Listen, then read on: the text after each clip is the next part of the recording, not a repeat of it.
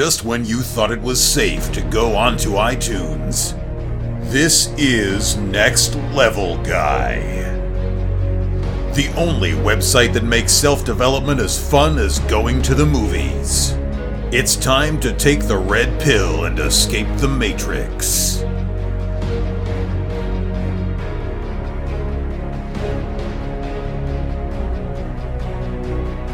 What's happening, guys? It's time for another episode of the Next Level Guy Show podcast with your favourite tutor, Ian Dawson Mackay.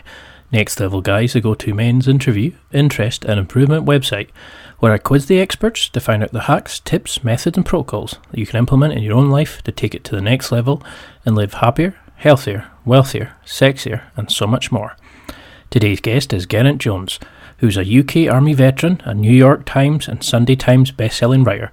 Geraint has been deployed on 3 tours of duty to Iraq and Afghanistan. For his actions in Iraq, Geraint earned the General Officer Commanding's Award for Gallantry. Following Afghanistan, he was selected for the Reconnaissance Platoon, the elite unit within the battalion.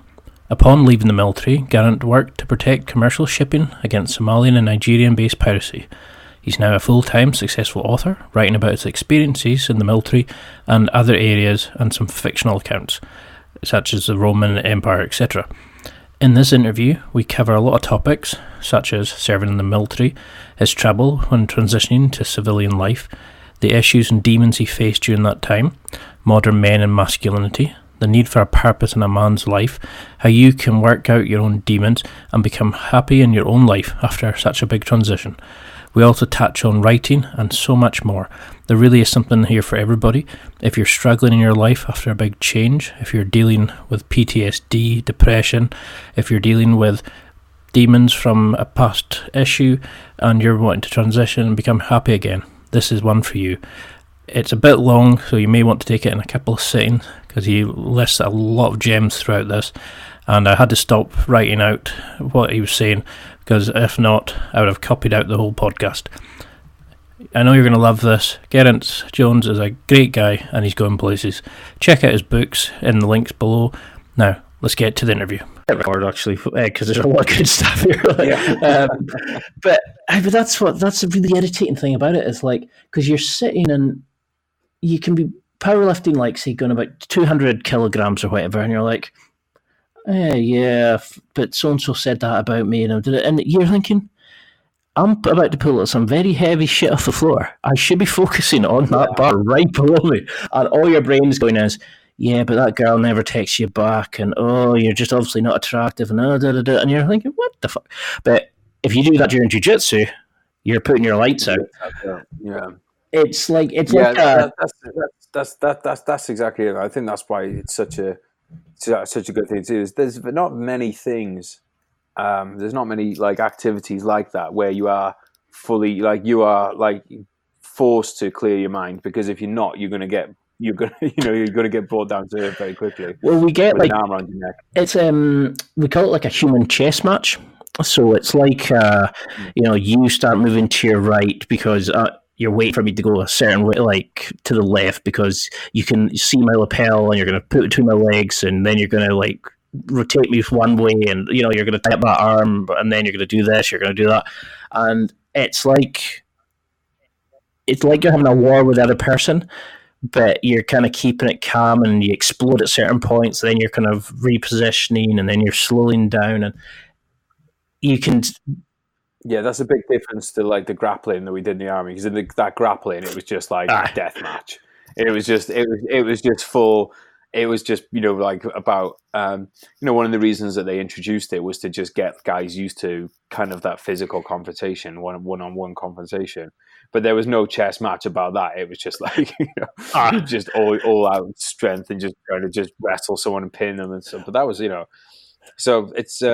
But I'm sure that's something that like a lot of, especially young guys, probably struggle with in jiu-jitsu, is containing that animal instinct to just want to just use power and use power rather than. Well, for me, it was the other way. It was like I'd grown up being 6'3", being the sort of gentle giant, and it was really a struggle for me to kind of hurt people. It was that weird thing of like now. Climb from like side control, where you're kind of making a T shape with them, and then climb on, so your hips are sitting on their hips. wrap your arm around them and, like, try to put their arm under their throat and then start squeezing, or lock on the triangle choke, and you're doing it to really, like, to choke the blood out of them, like, to cut off the airways and stuff like that. And it was that kind of moment of, you go from being a normal guy who, you have a personal space, you have you can't sit close to somebody on the bus and you might offend them, to suddenly, like, grab their arm and bend it back, stick that leg at, like, rotate at the knee and try to rip it out of the socket, kind of thing, and that's what you're getting trained to do. And then at the end, you shake hands and you give the guy a hug, and you feel alive, and it's like you got a connection with him. It's a really strange hobby to do, but it's honestly changed my life, and it's made me realize that you don't need to apologize for it, like, for that masculinity side of it. And too many guys just go through life, like, when you got girls with bigger thighs and bigger arses than guys, something's not right. Some guys have no muscles. Yeah, I just can't get my head around that. Because, I mean, I've come from, like, I played rugby. I played rugby from as old as I can remember. And then I was in the army. So I've never been in I've never really kind of had groups of friends who aren't like that. You know what I mean? So in rugby, like, I think rugby sounds very similar to jiu-jitsu in the fact that, you are, like, I would be a bit of a dirty bastard. If I saw an arm sticking out of something, I might give it a little twist. Not to the point of trying to break it, but to the point of just trying to, like, piss off the other person, try and get a penalty out of them, that kind of thing. But then at the end of the game, you shake hands and you're all friends. But then, again, the army is, especially the infantry is a very, you are in each other's faces. You are, like, living on top of each other. So that physical, like, I find it hard to get my head in, because I know that is not the usual experience for a man now, a young man or man in his 30s, 20s, teens, whatever. That physicality is not a normal part of people's life. It's always seemed like it to me, because it's been normal part of my life and normal part of most of my friends, but it isn't for most people. And I find that really hard to get my head around, because it just seems like the most natural thing. Like, my thing now is I feel like I have to, like, I noticed when I was hanging out with some of my mates from Afghanistan, last weekend, we had a bit of a reunion when the book came out, and we were physical from the off. That's just how we are with each other. We're physical in sometimes messing around, giving each other little punches or stuff like that. We're also physical in showing emotion, like physical with an arm. We could be talking to someone and we've got an arm over the shoulder, and not even pissed. You're not drunk at this point, but just, that's how we display emotion physically, in the kind of the positive and the negative. Mm-hmm. Well, you have. I interviewed a guy called Ryan Stone, or Rian Stone, I think it's, just the other day, and one of his things was that too many guys don't want to appear homosexual, so they miss out on, like, the good things in life, like, pedicures and all that kind of stuff, because it looks dodgy to their friends and they're worried about what people see. But it's also that human contact, that kind of big long hug, like that, anything that somebody might go, make a joke about, a lot of guys back away from. And I think that's so sad. We miss connections with friends. Yeah, I mean, like we had it last weekend. Like I said, we weren't even drunk at this point. It was just a happiness of seeing, like, brothers that you hadn't seen for years, and it was direct eye contact and just saying, like, "I really miss you, mate. I love you," and, like, having that direct eye contact. And there wasn't one person at that table that hadn't killed people. Like, that is a table of people who have been through some hard fighting in Afghanistan and Iraq. And I'm thinking, like, we don't have a problem saying it. We don't have a problem saying it. And I think that's probably one of the best gifts I ever got out of the army, was having that ability. Because it's definitely something I don't know, like, it's something, like, I've heard people talking about it on podcasts saying that they don't feel like they can say this stuff. I find this gone different. I find it's gone the other way. I find now that as I'm getting into, like, now I'm in my mid-30s, now more than ever, my civilian friends, my military friends, are all capable and willing to say, I love you, mate, even if maybe they need to have had a few drinks first. But people say it now. People will put it on the end of the text message. People will put a couple of kisses on there. Sometimes, sometimes you go over the top for joke. But I think my own personal experience has been that in the last few years, it's actually become more acceptable to get into that, that way of things. There's nothing wrong with if you're staying at your mate's house, nothing wrong. Both of you share the bed because there's only one bed, and you watch a bit of Bake Off together. You know, there's nothing wrong with that. So my experience has been the opposite of that. Yeah, I mean, I find it strange because I've kind of come from a family of, you know, like people give each other hugs and like your nephew gives you a kiss goodbye and stuff like that when like, you know, he's like 6 and stuff like that. And he's now at the point of like his friends are like taking the mick at him for it and all that. But like we've always been kind of like a kind of close family. You know, we all sit around the table, have dinner, and you know, I've always been kind of close to my brother and stuff like that. And my dad's side of the family have always been a bit stand up, a bit kind of afraid to show emotion. Is probably a better way of putting it. But like I've got friends who they're not even close to coming near you. Like, you know, there's a kind of a line there. But then with jiu-jitsu, you see it break down with people. You know, you can see them kind of opening up a side of them that they never thought possible. And it's really strange. Like, you care about the other person and you start showing them like, no, don't choke me that way, choke me this way. You know, it's like you want the best for them. And it's that kind of side of like, you know, you always give each other hugs and like high fives and all that kind of stuff because, you know, it's an experience that you probably don't get in other avenues of life. But it's probably something that the closest... Well, I don't know if you know the right girls. It's probably the closest to like a band of brothers that you probably get like in the army that a civilian would get. That kind of, you know, like a rugby team or something where there is that bond with guys. And do you think that's why a lot of guys are kind of fuck ups basically? You know, is this where they're going wrong, that we don't have that kind of ritual or team bondness or whatever you want to call it? I think it just makes so much sense, doesn't it, when you look at it and just look at the fact that we are apes and look at how apes act in the natural world and the idea that, you know, like, I mean, look, everyone is different and some people are more masculine than others. And, you know, I like when you had Aubrey Marcus on as a guest, I like the way that he differentiated between masculine and male, you know, that you can be a masculine female, you know, you can be a feminine male. And I like that.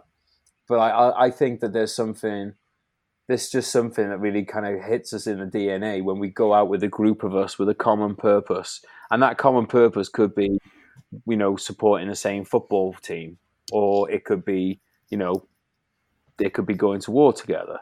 And I think the more hardship you experience together, the closer the bonds go. I mean, I don't think any of it is rocket science, really. You know what I mean? Like, I think like when are you happiest, when are you most fulfilled, when do you feel the most connection? It's usually when you've just gone through something hard with each other. Like, and like I remember like waiting for kickoff, you know, in rugby, you know, you got that moment and you're kind of like, fucking hell, I hope they don't kick it off to me.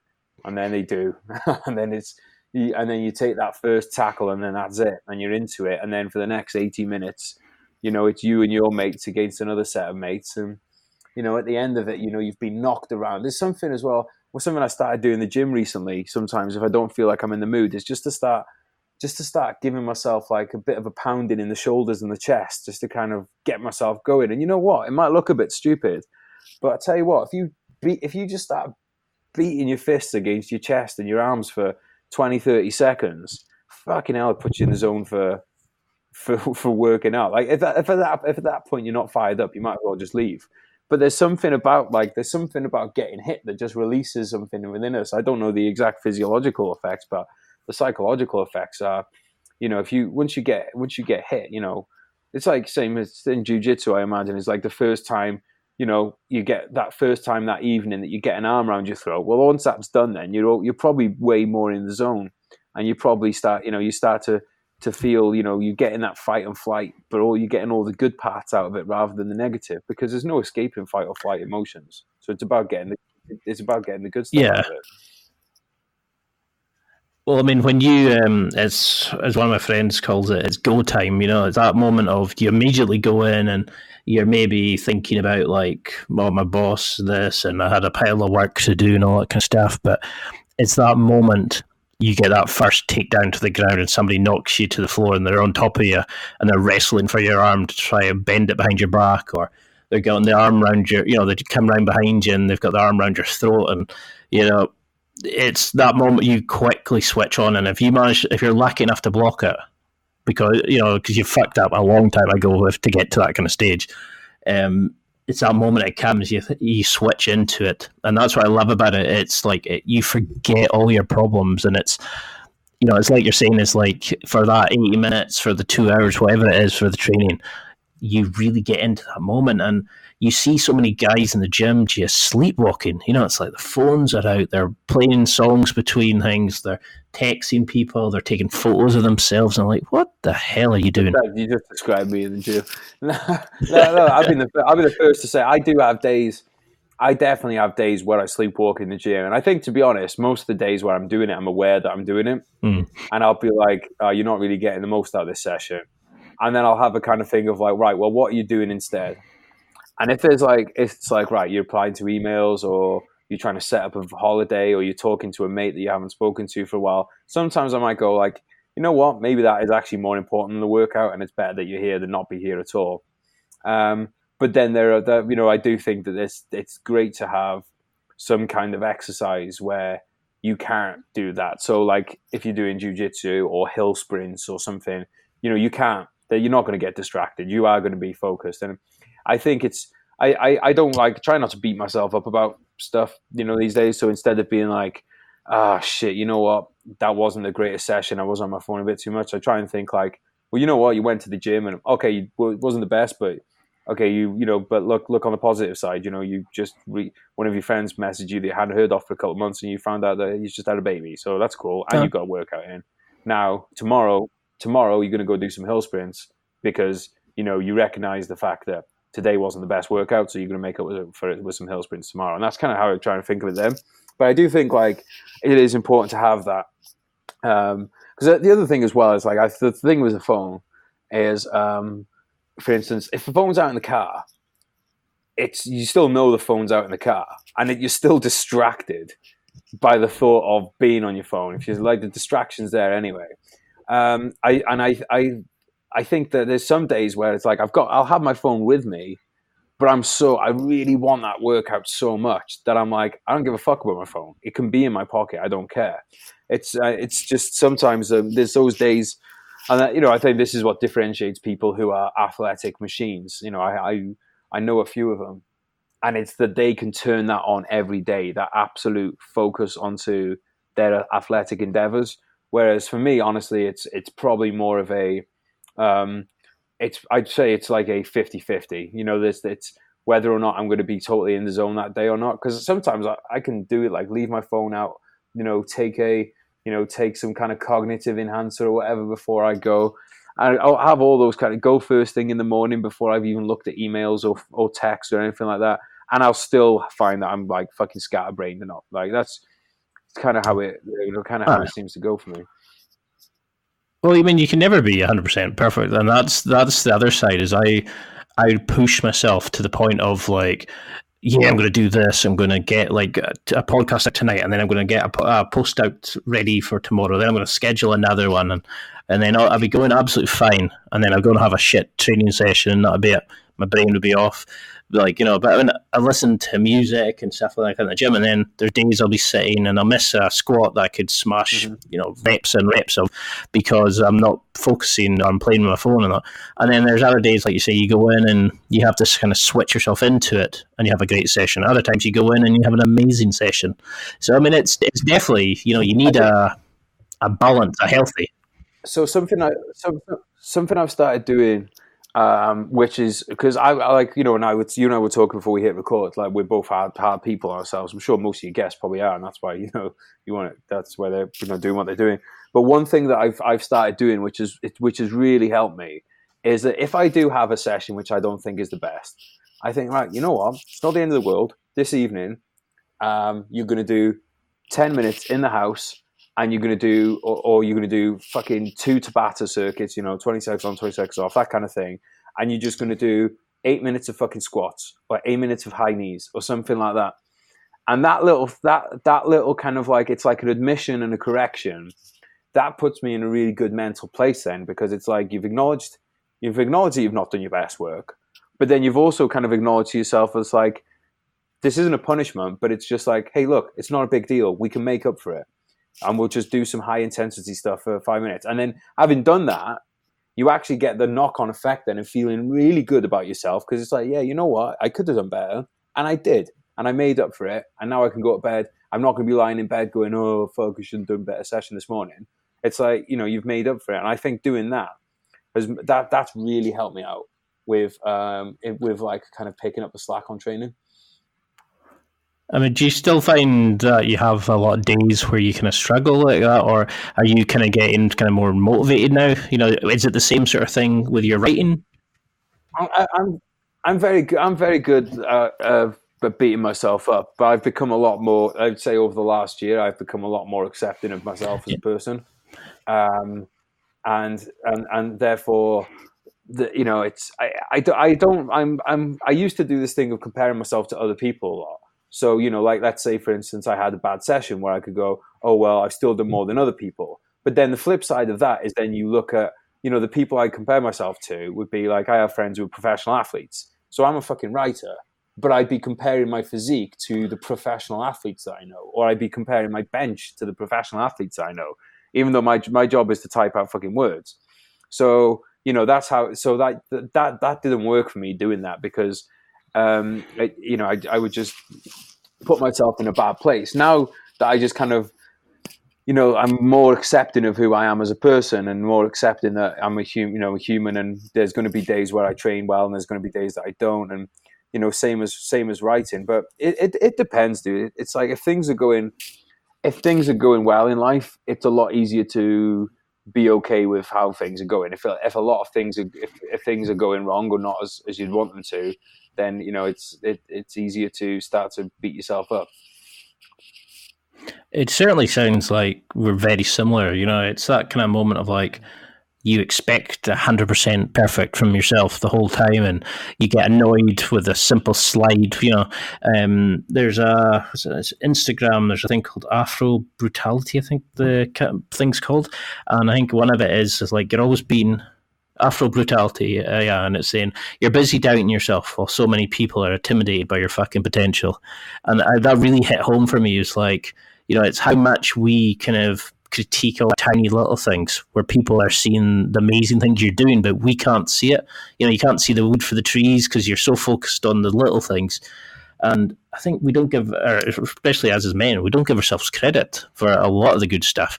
But we come from a society where you're not meant to talk about your problems. You're not meant to talk about your emotions. You're meant to be the breadwinner. You're meant to be strong. You're meant to be dominant. Great father, perfect at your job, cars, all this kind of stuff. A lot of guys can't cope with that. We've never been brought up. We haven't got the hard skills, the soft skills to cope with any of this kind of stuff. And you see yourself as a lot of guys get lost, and they need things like jiu-jitsu, the military, team sports, mentors to try and bring them out of it, because we seem to be a lost generation at the moment. It's really sad. You see these guys on the bus hurling abuse at like old people and stuff like that, and you think, what the fuck happened to you? I would have been beaten black and blue by my parents if I even dared give a dirty look at somebody back then. Yeah, that's the thing with those people. I am very much in the thing of now of I look at somebody and I do still think you're responsible for your actions, but you don't become a kid who's throwing abuse at an old person on a bus or whatever if you had good parents. You just don't, So I'm not saying that I'm not painting the them as the victim, but the fact is that they've probably had a pretty shit life if that's what they've turned into. But at the same time, like I was talking to a friend the other day, and she was telling me about like a problem someone in her family's having, and I know it sounded bad. He's a 17-year-old lad now, and the answer that just kept popping in my head was, someone needs to just give this lad a fucking slap. Like, he's never had anything bad happen to his life. Everyone's bending over backwards for him, giving him excuses. And I thought, he needs a copper or someone to give him a fucking slap around the head. I'm not saying beat him up. I'm saying give him a slap around the head and say, you know what, mate? You're not fucking hard. You're not, there's not this big fucking bad man you think you are. You're a fucking weasel who contributes nothing. And you know what? You'll always fucking be that. And, you can talk about, like, he's one of these kids who thinks he's a fucking gangster and stuff, but he's not hard. He's not He's not scary. There are people out there who are fucking hard and scary fucking gangsters. There are real ones out there. And I think, Jesus Christ, because I thought, like, if you threw him in a fucking cell with some fucking some actually scary people for a day. Like, I've been into, thank God I've never been to prison on a sentence, but I've been into prisons on visits to talk to veterans in there, try and like help them out with, like get some of the kind of like the things that I've learned to help my mental health. And just being there for a day was enough to make me think, like, Jesus Christ, there's some fucking scary fuckers in there. And I mean, I've been through some shit, and I thought they were scary fuckers. And I thought, you should just be able to grab a lad like him, drag him down there, throw him in, and say, "You want to stay here for the day, or you're going to fucking get your act together?" And he's even fucking changed. It seems to like such an obvious answer, but we're a very weird society in that we're okay with extreme violence. Like, we're okay with war. We're okay with having computer games which show, people, you can kill people. We're okay with that. But we're not okay with slapping someone around with the head when they deserve a fucking slap. And I'm sorry if it offends anyone, but sometimes people deserve a fucking slap. Mm-hmm. Like when we were growing up, I got like a slap in the bum for talking like swearing in front of a parent and all this kind of stuff. And it never did anything to me. And then nowadays, it's this moment of like, you can't, we get participation trophies, we can't tell kids off. And you see the kind of what's happening. I mean, I don't agree that we should be like corporal punishment, like the belts in schools and all that kind of stuff. But there needs to be some level of discipline. And this is the problem: is a lot of people don't have any kind of rituals from into manhood. They don't have to kind of be. They don't have to show anything. They've got no need for them because they get like. We're picking at the tab for them to, job seekers allowance and all this kind of stuff. And it's really irritating because they're not ever been given the opportunity. And probably deep down, a lot of them are probably nice people who've gone by the wayside and have created a kind of character or personality. Obviously there's some absolute arseholes, but there are probably some people who could be saved but just haven't had a chance, or they haven't had enough. Well, there's no fear of consequence because they know that nobody, so I'm just going to stick with your example of like the kid on the bus. So, let's say there's a young kid on the bus hurling abuse at somebody on the bus. They know that nobody can do anything to them. And not only can nobody do anything to them, but if anybody does, then the tables are actually turned, and then that person is going to have the law go after them. Now, I don't think that you're going to find many people who would, honestly, if you poll people in the UK, and let's say this scenario of, let's say you've got a 16-year-old lad who's taunting and abusing an elderly person on the bus, and this person is like, you can see is upset physically and mentally, right? I don't think you're going to find many people who would have a problem with a man in his 30s fucking threatening that lad to shut his mouth, and if he doesn't, he gets a clack around the head. And I'm not saying a punch or whatever, there's a big difference between hitting someone and giving a clack around the head to basically, because the thing is, right, you do jiu-jitsu, so you get choked out on a regular basis. You're still alive. You're still here. No. It hasn't done you any harm. I've been fucking knocked around. I got knocked around in rugby for the best part of, 15, 16 years. It didn't do me any harm. Giving a lad an open palm around the fucking side of the head, it's not about physically hurting them. It's about putting them in their place and saying, you are not above reproach. You are not above things happening to you. Because what young lads especially fear more than anything else is being made to look an idiot and being made to be ashamed. So they are far more, because something like an ASBO or something is just a badge of honor. It doesn't worry them. Whereas if they got a clap round their head and their hat goes flying and they all of a sudden are literally kind of have to shut their mouth because they know that they're in fucking trouble at that point, that is way more of a deterrent than anything else. And I'm sorry if that doesn't fucking sit well with people's, what they want the world to be like. But what you want the world to be like and what the world is are two very fucking different things. People forget that we are an animal, we are an ape. So much of our desires and our actions are driven by our hardwiring, our fucking, what's in, it's not what choices we make, it's what's in us, right? So if we can accept that about some things, if we can accept that we're driven to want partners, and we're driven to, we're driven to seek, we're driven to seek food, we're driven to seek shelter, all that kind of stuff. Why can we not accept that there are, like, if we look at it on a strategic point of view, nobody has a problem with the UK, the US, Western countries slapping down terrorist groups in order to maintain, our hierarchy, our position in the world. No one has a problem with that. But then on a personal level, they have a problem with you doing exactly the same action, to keep that kind of hierarchy, and that hierarchy that kind of ensures as much as possible that there's peace. There is no perfect system, but that slap around that kid's head could stop him being an arsehole for the next 10 years of his life. And is it not better? Is it not better to have that? Is it Definitely. Not better to have that? Because I tell you, if it was a possibility, it would very rarely need to happen. Would you say it's probably more that when it's war zones and things like that, it's away, it's out of sight? It's kind of like somebody else is doing it, somebody else is having to step up and be that person to control it. Whereas if it's you having to tell somebody off on the bus for being cheeky, or a drunk guy, mouthing off in front of the kids or whatever it is, is that why a lot of people would prefer it? Yeah, there's that diffusion of personal responsibility for one thing. It's like, people want things done. They don't often want to do it themselves, and that's one thing. The other thing as well is that, it's scary on two levels to stand up to things like that. One of the reasons it's scary is because, there is the consequence that there could be physical harm. Now, again, this might be an unpopular opinion with some people, probably not with your listeners, but I think if you are a man, and if you are a physically capable man, you have a duty to stand up for people who cannot physically stand up for themselves as well as you can. I'll give an example. Once I was on the train, and there was a group of people who were being, like, there was a family of them, they were being very abusive to other people on the train. A couple of people had tried to speak to them nicely. That just got them abuse. You could feel the atmosphere in that carriage. Everybody was put off, scared by these people. And I thought, I was on my own, and I thought, you know what? I'm a fucking soldier. I have fucking responsibilities to stick up for people. And so I went and talked to these people. I tried to do it as pleasantly as possible.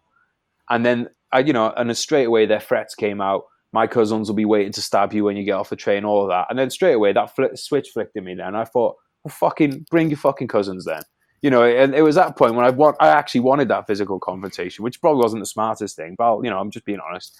And I thought, like, at least at that point, their attention and stuff was directed at me rather than the elderly women and stuff that it had been directed at on the train.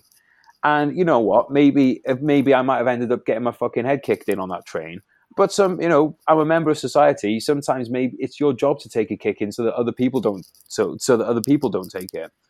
And I just think that, for lack of a better word, a lot of people are fucking wimps, and they won't stand up for things. Now, in people's defense, let's be honest, the law is not kind to people who do stick up for other people in these situations. Like, if you come into a situation like that, you are far more likely to probably find yourself on the end of the police report rather than the person who's helping to give it. And I think that is such a terrible thing, where we're in this position where you have to honestly think twice of, I know it's the right thing to get involved, because we know right from wrong. So you're like, I know it's the right thing to get involved, but what happens if I do? I mean, so for me, I want to eventually one day move to the States. Me intervening in a fight, like let's say I was seeing some young kids and they were being abusive towards somebody, and I went over, tried to break it up, and I end up having to put my hands on these, and I say kids, let's say they're 16. I end up having to put my hands on them, right? I could end up with some kind of sanctions from that, which would stop me being able to get a visa to go and live in the States. So if I see a situation like that, I have to ask myself, do I want to get involved in this situation? And I think it's fucking nuts that we're in that position. Yeah, and that's the thing, is it could, even though you're doing the right thing, could stop you evolving and developing as a person because of some situation. And somebody, they treat that like they're the guilty, like they're the hurt party, that they're the injured party, and you're the one that was in the wrong, and you think something's not right here. It's and it's not just them doing it; it's they're backed up by. A lot of the time, they are backed up by the lawmakers, and they are backed up. I told this story on my podcast recently. My mum had been doing some property development, and the local kids kept coming and stoning the windows through. And the police attitude was, "Oh, well, the kids don't have anything else to do." And I'm like, wait, what? How has it got to this position where the police are standing up for kids smashing windows, saying they haven't got anything else to fucking do? But that is the attitude in a lot of the police, in a lot of policing. Not all policing, there's some fucking awesome cops out there. And I'm sure that they are the most frustrated out of anybody with this stuff.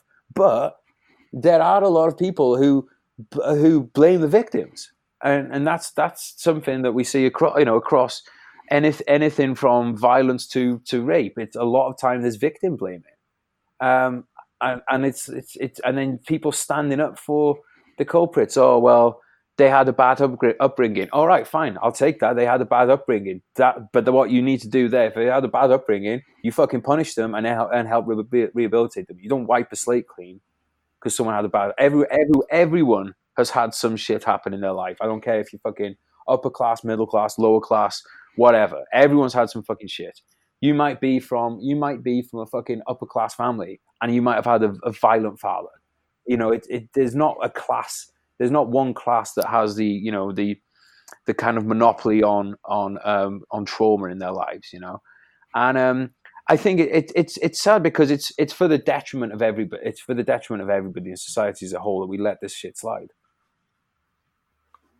So how would we, like, it winds me up when I think back, like, that you'd have been marched down, you'd have been told to apologize to the person, you probably would have got, like, bollocking by both your parents, you'd have been grounded and all that. And nowadays it's just kind of, you ask these parents, don't even know where their kids are. They're just out drinking. It's just like, no, we just let them do what they want. Or we're the cool parent. We're the friend and all that. And you think, you what? I was like, I knew exactly where I stood with my parents. Like I would never talk back to them because I knew my mom would just need to raise her eyebrow and that'd be it. I'd be like, fair enough. But I just don't get the world we're in. But how did you find the army took these kind of kids who came in, who are little arseholes, who maybe had no kind of control? Not saying that every soldier is, but the ones who come and they need the discipline. How does the army take somebody like that and shape them into like amazing people? Because these guys who like served in the wars, like in the World War II and all that, these guys who have maybe come from broken homes and have become amazing people by their time in the forces. How does the army shape you as a kind of into a good person? Right. Well, there's a few things on this. First of all, I'd say that the army that exists now, I have been told, is different to the one that I belong to. I do think that from what I've heard, this culture has seeped into the army now, which is, inevitable. The army is always going to be a reflection of society to a lot of extent. So I'm speaking for the army that I joined in 2000, and the way I had to solve a lot of issues was with my fist. Like sometimes the lads didn't want to do what you told them, and what we used to call was go behind the HESCO, where HESCO is like the big baskets that are filled with sand and stuff to, it's like blast protection, and you go behind there and you sort out your fists. I don't think there's that much of that around anymore. There's probably less of it around when I was in than there was before, and and so on and so forth. But that was part of it. Sometimes you need to fucking hit someone, as simple as that. You just had to hit somebody. And sometimes you need to beat that into them. Now, obviously, there's a lot of that wasn't all the time, and I think that what I would say is not everyone that goes into the army does come out better for it. Some people are a shitbag when they go in, and they're a shitbag when they come out. And as much as I'd love to say that everybody in the army is this gleaming, upstanding person, they're not. There are a lot of shitbags, but mostly it's good blokes. And I think that the thing that makes people their best, or they might think that they feel like they were at their best in the military, is that you've got a very clearly defined purpose. Even if you're not on operations, just being a soldier is a purpose in itself. It's obviously a very strong identity, and it's a group identity. So you have team. You I think one of the biggest issues that society is kind of facing now is we've gone into this idea that it's good for people to live on their own, which I think is bonkers. I think that the idea of us living, like we strive from you finish school and it's like you try and go out and live on your own as soon as possible, live in an apartment on your own. I think that's fucking nuts. Like, that just doesn't make any sense. Like, if you look back through history, people have not lived on their own, really. That's not been a thing. But then again, I come back to this hard wiring. Why do we think that, we are in this grip of an epidemic of suicides and loneliness? Well, does it not make sense that that's because people have been fed this lie that you should be trying to move out and live on your own as soon as possible, live in this fucking little apartment on your own? It's fucking nuts. And then we end up. So I think we end up with no kind of social grouping because you become lonely. You're just not meant to be on your own. We're not meant to be on our own. That's just so stupid. So in the army, just being in a group, having your group, and then it's all the things that come through that. It's the banter, I think I heard this Harvard Business study. I think I heard this on Joe Rogan or something. I think it was there's a Harvard Business School study that came out saying that something like this ridiculous number of people, or ridiculous percentage of people in the workplace, were too scared to talk to their colleagues in case they said something that offended them. Well, I tell you what, you're not having that fucking issue in the army. We used to take the piss out of the only thing that you wouldn't take the piss out of was someone's kids. But we had people with dead mums, but we'd be making jokes about the kind of necrophilia that they get up to with their dead mums. There was no limit to the banter. So you didn't have to watch what you said. The banter was merciless. Sometimes it would go too far, of course, but that was there. You didn't have to watch what you say. And so, to just have that liberty of being able to say whatever's on your mind and run your mouth, I think that's really underestimated how important that is. And then, then there's the physical attribute, every morning, you start every morning with PT. So even if those of us who are keen, we do our own stuff late in the day as well. But at a very minimum, you're doing PT once a day. So I'm sure it's well documented on your podcast, the positive effect. I doubt you've had many guests on, if any, who have said that exercise is not an important part of life, right? Anybody. Yeah, exactly. So you've got exercise in your day. There's not, you're not going to have to worry about when can I fit the gym in. Don't worry, your day is starting with physical exercise, and it might be something really fucking hard, like a log run or an obstacle course or something like that. So there's a lot of these attributes that come with it. Now, don't get me wrong, there are negative sides and there's negative consequences of military service as well. But I just think, for me, I look at it and I think that was when I was at my most natural state. When we were in Afghanistan, when there was a group of us living in a small little patrol base together, and I mean 15, 16 of us living together, we don't have no electricity, no distractions, just a group of young, it's like the hunter-gatherer thing. The men would go off together and hunt. Maybe you go for days at a time. There'd be the group of you, you'd work together, you'd be in a fight for survival maybe at times. And I mean, so to be at war with a small group of guys, that is as close as our natural state as you can get to in 2019. I mean, would you say, because I was actually just hitting home that, I mean, would you say that all guys should be doing combat sports and rugby and team sports and that, in a way that I would teach them self-defense, but it would also allow them to learn to control their energy? Is that why some of these kids act out, is because they don't have a kind of control on their energy? They don't have an outlet to get rid of it, so it kind of comes out in abrupt other ways, like what we see as them being a wee arsehole might be their way of kind of try to deal with like the energy that's flowing through them and they don't know how to deal with it? Or is it apologizing? I don't think that there's any coincidence that this kind of like that behavior and stuff that you're talking about has coincided with taking things like there's very few schools now that have rugby, because they've taken these physical sports away.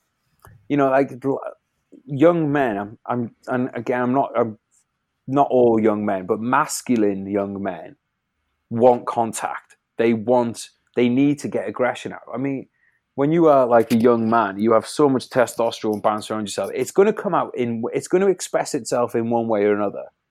So, I think there's an arrogance in our society in thinking that we know better now than all these generations that have come before us. There's a reason that institutions and sports like rugby and boxing and things, there's a reason that these things are developed. And it's not, it was like boxing didn't develop so a few people could get rich off pay-per-view. It served a purpose in the community. And it taught people discipline. It taught people the fact that they should respect, they should respect anger, they should control, they should control anger, and they could develop a skill, and they could, they could challenge them. Because anyone that says boxing is not about challenging other people; it's about challenging yourself. Same as jiu-jitsu or anything like that. It's about this challenge against yourself. And if somebody doesn't have that, I can't imagine how I would have turned out if I didn't have the outlets of rugby in the military. I'd probably be a horrible, bitter, twisted, and angry person. I'm fucking angry now, and I've had outlets for it. Yeah, I mean, I completely agree with you. It's like when I look at back when I was younger, we used to play a game called British Bulldogs. I don't know if you ever played this at school. Yeah. Great game. You're not allowed to play it now. Yeah, because people were like almost killing each other. But at the end of it, you come in and you'd be like so close to your pals, and you see that now with so many kids when they're younger. Is they want to be out and playing. They want to be Captain Jack Sparrow. They want to be this guy, the teenage turtle, all these kind of things. But they're playing. They're chasing each other. They're jumping on top of each other. They're rolling around on the floor, wrestling and all that. And nowadays, parents are giving them like a wee movie cinema for the car, because rather than speak to them and expand their mind, or they're giving them the iPad before dinner because they can't be bothered really they don't know what to do with them. And they've taken away that physicalness. Like I've got 2 young nephews and a niece, and they're very restricted on, like their iPad use, their phone use and all that.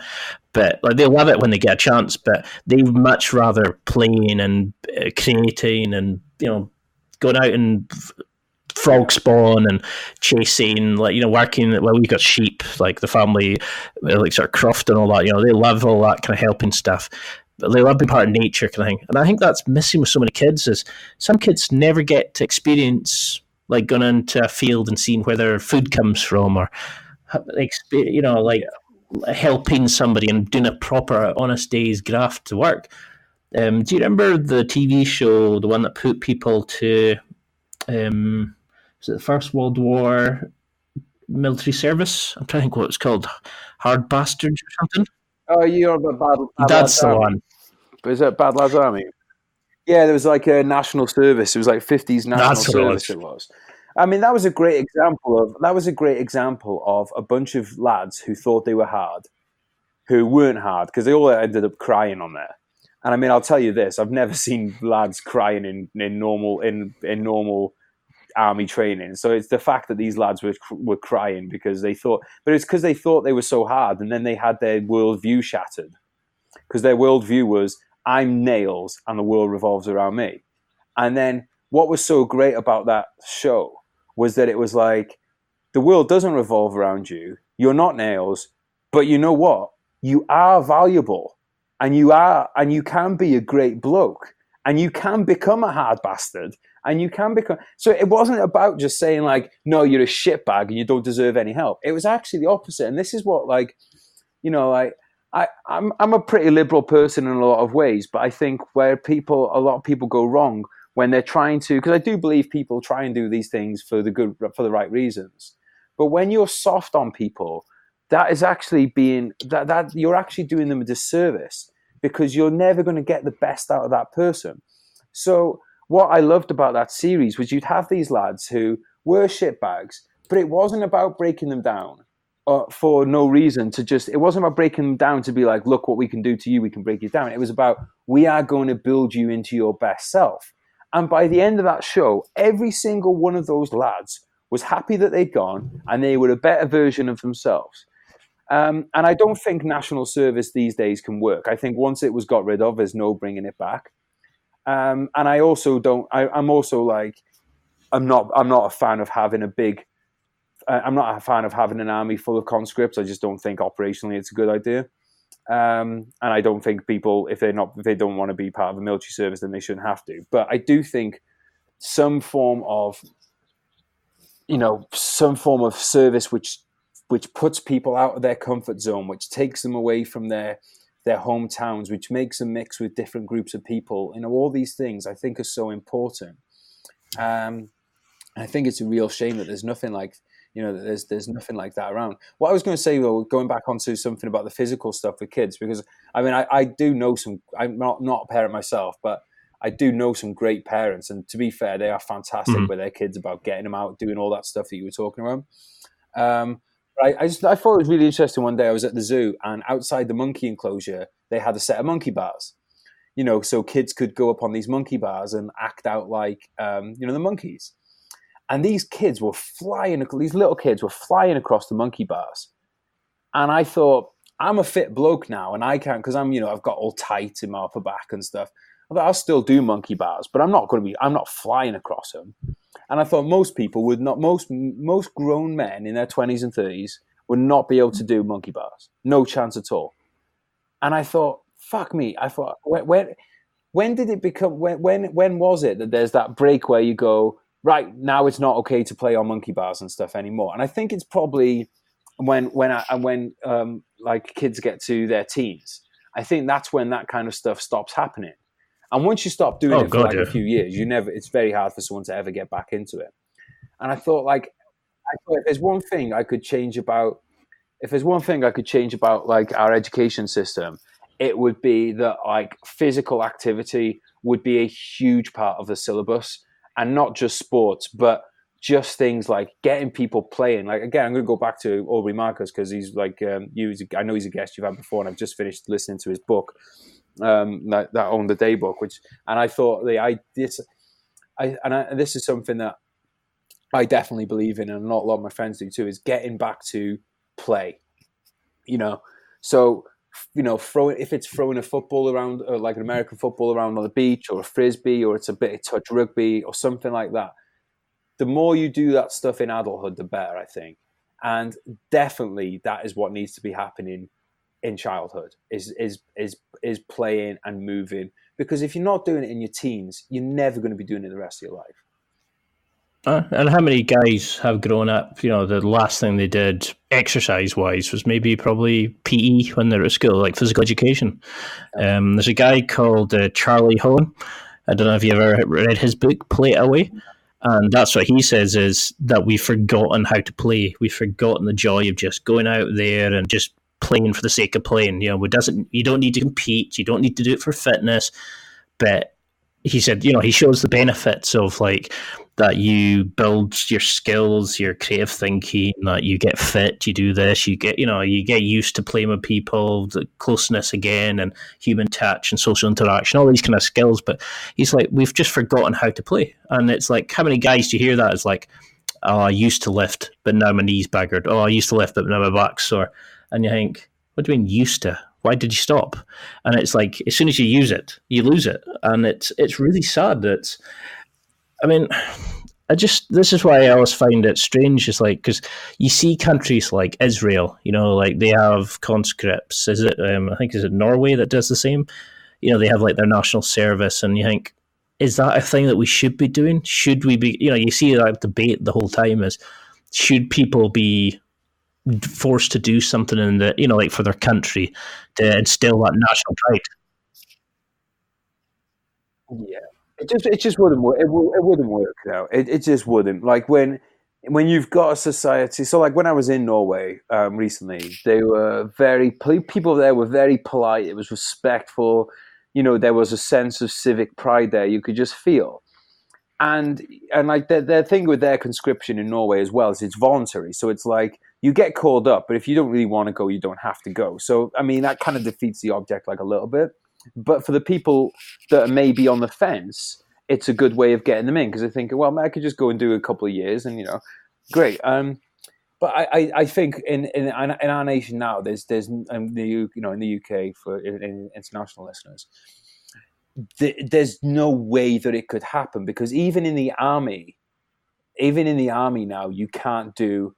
You for instance, in the army now, sometimes you can't speak to someone in a certain way if they find it offensive. Well, you're in the fucking army. Bottom line is your job is to kill people. Even if you're a chef, right? Well, I mean, especially a chef in the army, they probably kill more people than anyone else. But like, your job is to, if called upon, you have to kill people. So the idea that you can turn around to your corporal and say, "Corporal, I don't like you speaking to me in that way," is mental. I mean, that is absolutely, that is the definition of insanity. That is mad. So if you can't do that in the regular army, then, I mean, there's just absolutely no point in us having national service here anyway, because it would be so watered down that it would never, the opposite would be true. The opposite would be you'd get the opposite of effect of what you were going for. Yeah, because that would be my worry, would be that we'd have to do it using today's rules. You wouldn't have it like... Well, yeah, it just won't work. Because even back that Bad Lads Army, you could see that there was like, the things they were allowed to do if they did escape or leave and stuff like that. They did have the option to go, so you knew deep down that wasn't you. But I mean, back in the day, they would have got put in jail if they deserted, and it's... Yeah, exactly. So in 2000, right, when I was a recruit, I was on a night exercise during my recruit training, and I didn't change fire positions fast enough, so I got kicked in my helmet by the instructor, right? So all it was a kick in the side of my helmet, and it hurt. It hurt a little bit, but not much. It was definitely nothing as bad as getting tackled in rugby. This wasn't as bad as getting big hit in rugby. Do you think I ever forgot that lesson about not changing fire positions? I think you changed quicker. Yes, and you know what? When I went to Afghanistan and Iraq, that was a pretty fucking important skill to have. So what was more humane to me? What was better to me? Giving me a little kick in the helmet one night, or being like, "Oh, you know what, sweetheart? Maybe you could change fire positions better." And I go to Afghanistan and I don't change fire positions, I get shot and killed. Like, I'd be more worried if they call me sweetheart. Yeah, but it's just ridiculous, isn't it? Like, I was training for war. And I got reinforced. Don't get me wrong. If he kicked me every minute of every day, that lesson wouldn't have stuck out. But because it was the one time it happened to me from him, it stuck out. And I think that is a difference. We're a very black and white society. Why does it have to be? Why does it have to be? You can't touch recruits, or you can't. Or you can. Well, life isn't black and white. There's nuance to everything, and in that occasion, if you gave me the option of like, if you can go back then, you can get the same lesson, except this time he's going to kick you harder and give you a concussion. I'd say I'll still take that lesson because it's better than getting fucking shot. And that's the thing, though. It's like, how many times have you had a parent do something that's maybe like you've thought, "Oh, fucking hell, but later on you've realised they did it for the right reasons, and at the end of the day, he has to try to keep you alive in a situation that there is people there trying to hurt you. Yes, in today's society, if you did it as a teacher, it might be seen as unprofessional or whatever, but if you didn't do that and somebody got killed, that's on their conscience, and that's the bit that, and he's doing something that sticks with you, which will then help you become a better soldier, a better person, but also help you train other people and help them become better soldiers. And, it's like that sort of pass it on thing. And that's what bugs me, is like, people kind of going, "Oh, you hurt my feelings." Well, if I hurt your feelings to save your life, I'll hurt your feelings all the time. And that's what I found. Even now, like, well, sorry, but I just want to jump in there on the hurt feelings one, because I think this is something. What I want to know is, when did it become a thing that there was this law that you're not allowed to hurt people's feelings? there is one, is there? So, for instance, when I put a book out, someone can review my book and say that it sucks, right? Now,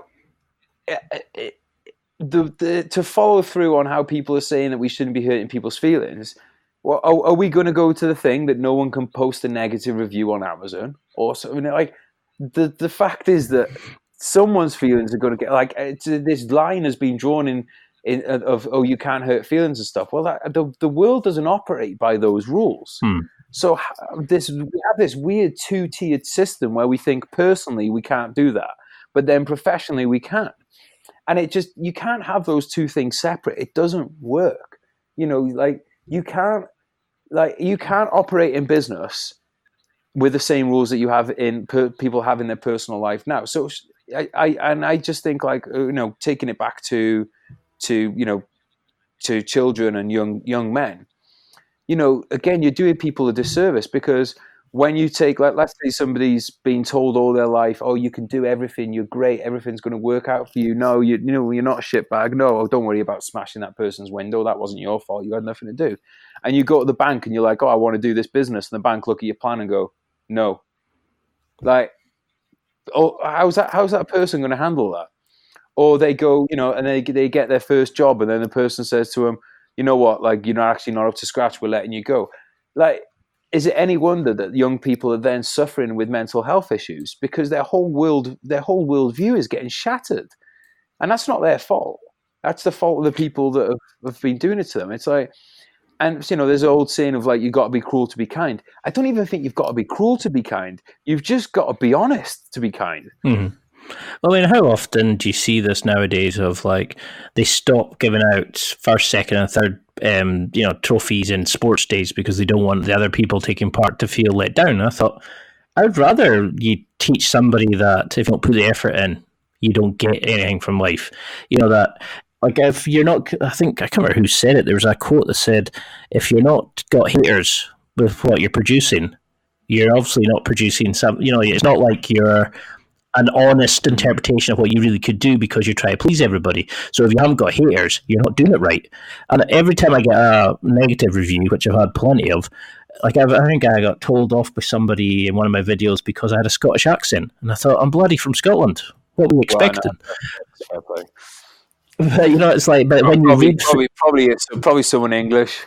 But you know what I mean? It's like... Don't tread the Celts as usual. But I'll read through them and I'll think, do they have merit? Is what they're saying true?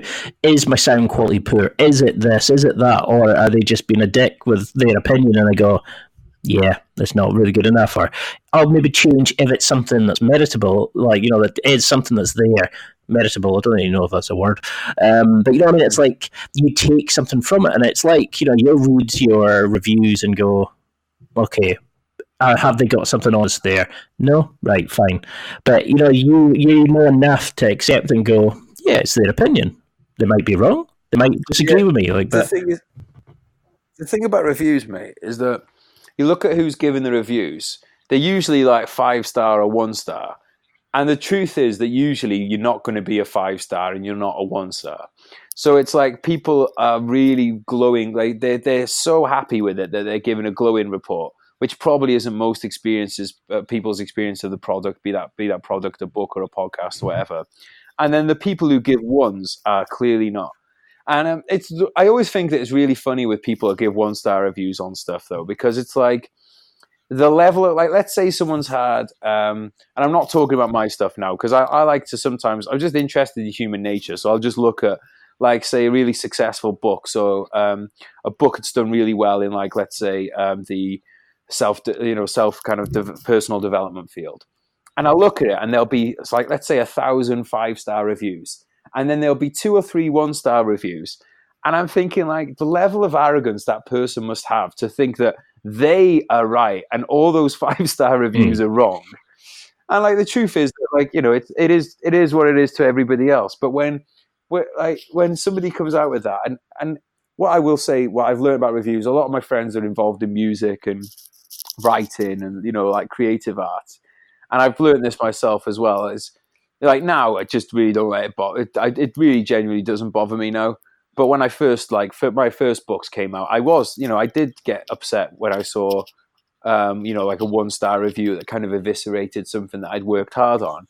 But it was, I remember something my friends in music said, which is if you ever look into these people, which is not hard to do because usually there's a username that they have across all platforms, and you look into them, and like, let's say for my friends that are DJs, the person trying to rip into them would be a bedroom DJ who's never made it big. So they're ripping somebody that's making a career out of it. And it's the same in writing. If anybody ever really rips into me, like on my early books, I'd look into them and I'd see that they were trying to be a writer and they couldn't. And so they're not actually having a go at you. They're having a go. So I'm sure it's probably the same with people with a podcast. The people that are really being critical of a podcast, they probably want to do a podcast, but they're coming up with a list of reasons why they can't do it instead of just facing the truth that they're fucking lazy, And it makes them feel better. Exactly. You're better off slagging somebody else. I've seen it in the military with people getting awards and other people slagging them off. People getting into the SAS and other people slagging them off because they've done something that the person hasn't had the guts to go and do, or it's something that everybody in a creative industry or probably any industry will have to go through at some point, is coming through the other side of negative reviews. Because the truth is, you're never as good as they say that you are, and you're never as bad as they say you are, right? I can't remember who said that, but it's a great fucking quote. And I heard recently on a podcast that someone was saying that Kevin Durant, who's a fantastic basketball player, has fake accounts which he uses to defend himself on Twitter. And that made me feel really, really sad for the guy, because I'm thinking, like, dude, your fucking work speaks for itself. And I felt really bad for this guy that he's like one of the best, maybe right now, arguably the best basketball player in the world. And he's having to and he's so insecure that he feels the need to have to defend himself against people who have done nothing. They've done nothing in their life. I did see that, yeah.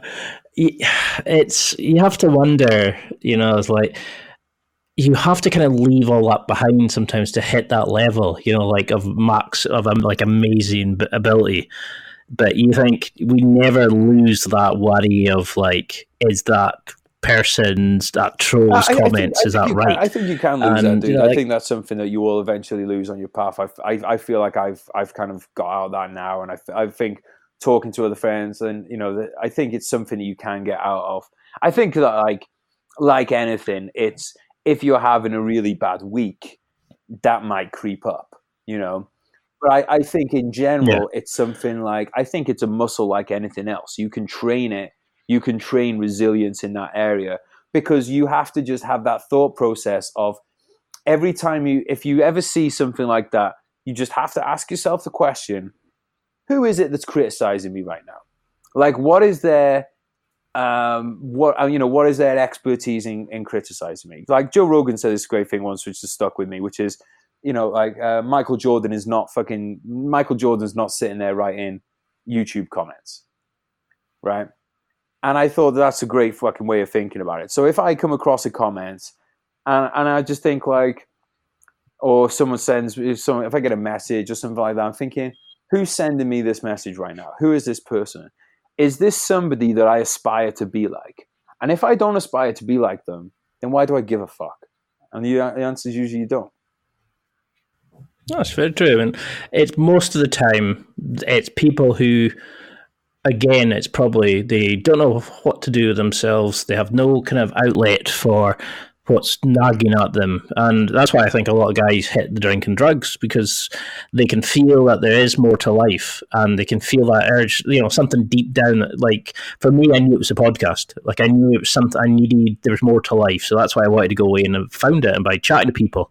But for some people, they become a painter. But for some people, they don't know. And they sit and do a boring job, and they sit and just hit the drink, because every weekend, because it's easier than having to really feel that pain and think, what is it I want from life? And it's really sad. It's, and this is why I think it's great that we do have like things like the military, like podcasts, that people can go and create their own stuff. But it's sad that some guys would rather knock people down, like the crab in the bucket mentality. Yeah. They'd rather pull each other back into the bucket rather than try to find a way getting out the bucket themselves.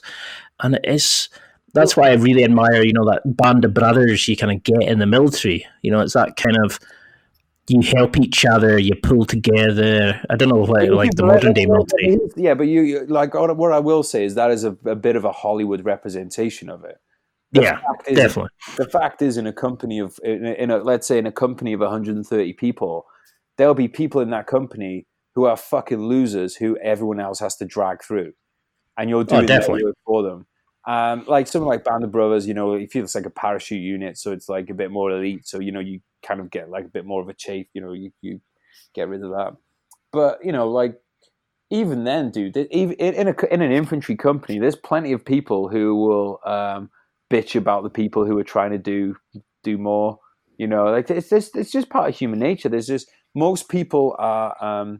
There's not many people who are leaders, and there's a lot of people who are willing followers, and then there's other people who are what the kind of the toxic group is people who they don't want to be a follower, but they're either not good enough or not willing enough to be a leader, and they're the toxic group, and they're the people who will leave the fucking shitty comments, and they're the people who will slag off people in the workplace because they feel like they should be in charge. They feel like they should be calling the shots, but they'll do nothing about making that happen, but they feel entitled to it. And it's, again, I think we see more of that now because it's always been around. It's just, it would have been them and other people that felt like that would have been congregating together and talking with each other. Let's say my granddad worked in the fucking steelworks, right?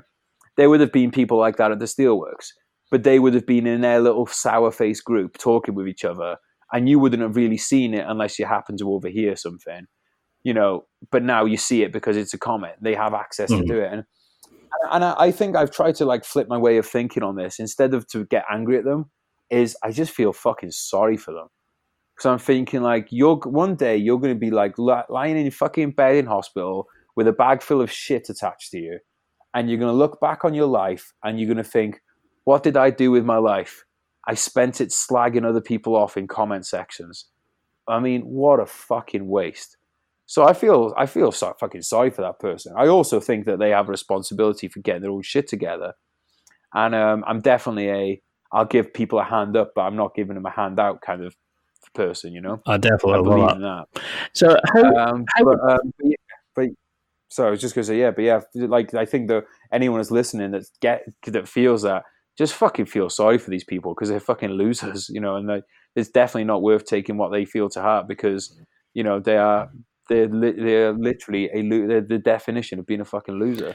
So how would you create, the guys that you do, like you mentioned, I can't remember, was it before we started or just after, but, the ones that you go and you sit and, like, you can go for a drink with and they're, like, brothers from another mother kind of thing, you can sit and give each other hugs, but each one of them is killed, each one of them has fought together and bled for each other and all that, but how do you build that camaraderie if you're not got the military option? Like, how can we create that in civilian world? Is it? I'd say probably go out and kill some hookers together. GTA style. Right. So I think a clear answer is sports teams. And not everyone wants contact sport. For me, contact sports is just, it's just the fucking shit. Like, I like sports where people get hit. But I just think some kind of sport, some kind of discomfort that you share with each other. That could be walking up Ben Nevis in the fucking rain and the sleet. It doesn't need to be a ball game or anything like that, but something where you are going through a shared experience with some hardship. And there's so many ways of doing that. and doing it on a regular basis, basically. And I think that's pretty simple. And then the other thing as well is get what you have to remember. I love thinking the best of people, but the truth is that not everyone is out to make the most out of life. They're really not, and you need to understand that and shed the people who aren't. And like, if you can't shed them, then you just need to put them on a side where you can still be friends or whatever like that, but they are not the people that you aim to spend time with. So if you end up spending time with them, then, because they're family or whatever like that, then that's fine. But you don't aim to spend your time with them. You should aim to spend your time with people who are in whatever field that they're in, that they want to be, great at what they're doing, or they want to get the most out of it. Like, so some people, for instance, I know people who are really into running. Now, because of their physical attributes and stuff, they're never going to win the fucking London Marathon. But they're going to go and run the motherfucker every year, and they're going to give it their best. Those are the people that you want in your life, in your circle. And if you have a group of people like that, and if you go through some shared experiences together, and if you motivate each other and push each other to be successful, that is what I think. That's taking like some of the best things that you get from in the military. Like in the military, I sought out the people who were the best.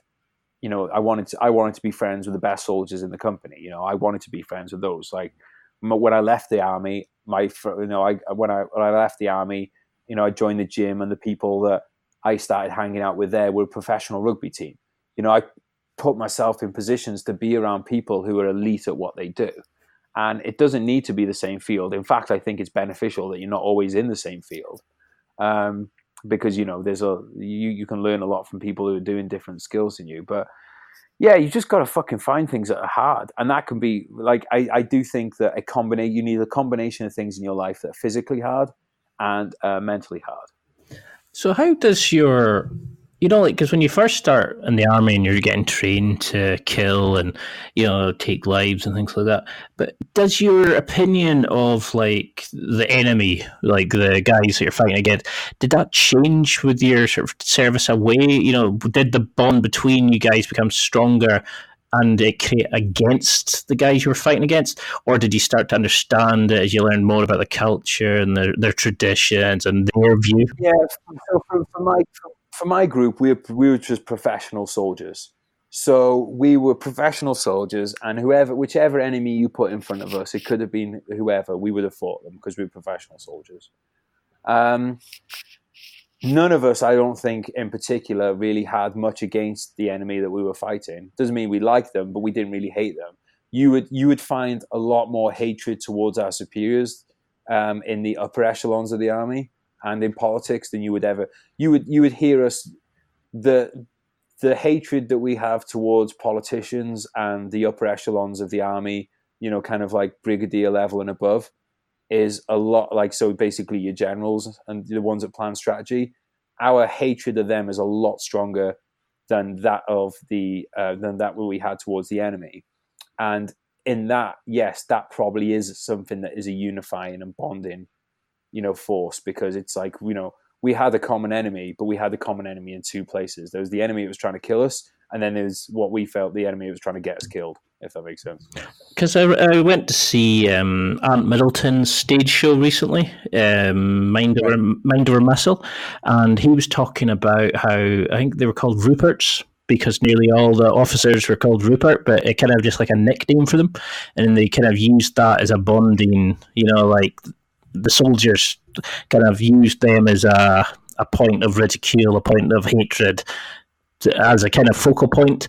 And it kind of hit home. It's like, we do that in all sorts of work. We do that with like our bosses. We do that with the PTs in the gym. Like if you're in a group class, and maybe in jiu-jitsu, you do it with the upper belts where your tribe go up the ranks and stuff like that. So it's quite interesting to see how it still happens all through life and that. It is, but what I would say on the flip side of that is you have to remember that there are those officers who might be a unifying point of hatred, but there's also the ones who are a unifying point of love and respect and admiration. Mm. You mentioned earlier a Band of Brothers, right? Is there a more perfect example of a fantastic leader than Major Dick Winters? Well, that's the guy. His men. Yeah, exactly. So that is a unifying factor. Before him, there's I forget his name now. There was the guy played by Ross from Friends. He was the total opposite. Yeah. So they're going to unify. They're going to unify in one way or the other.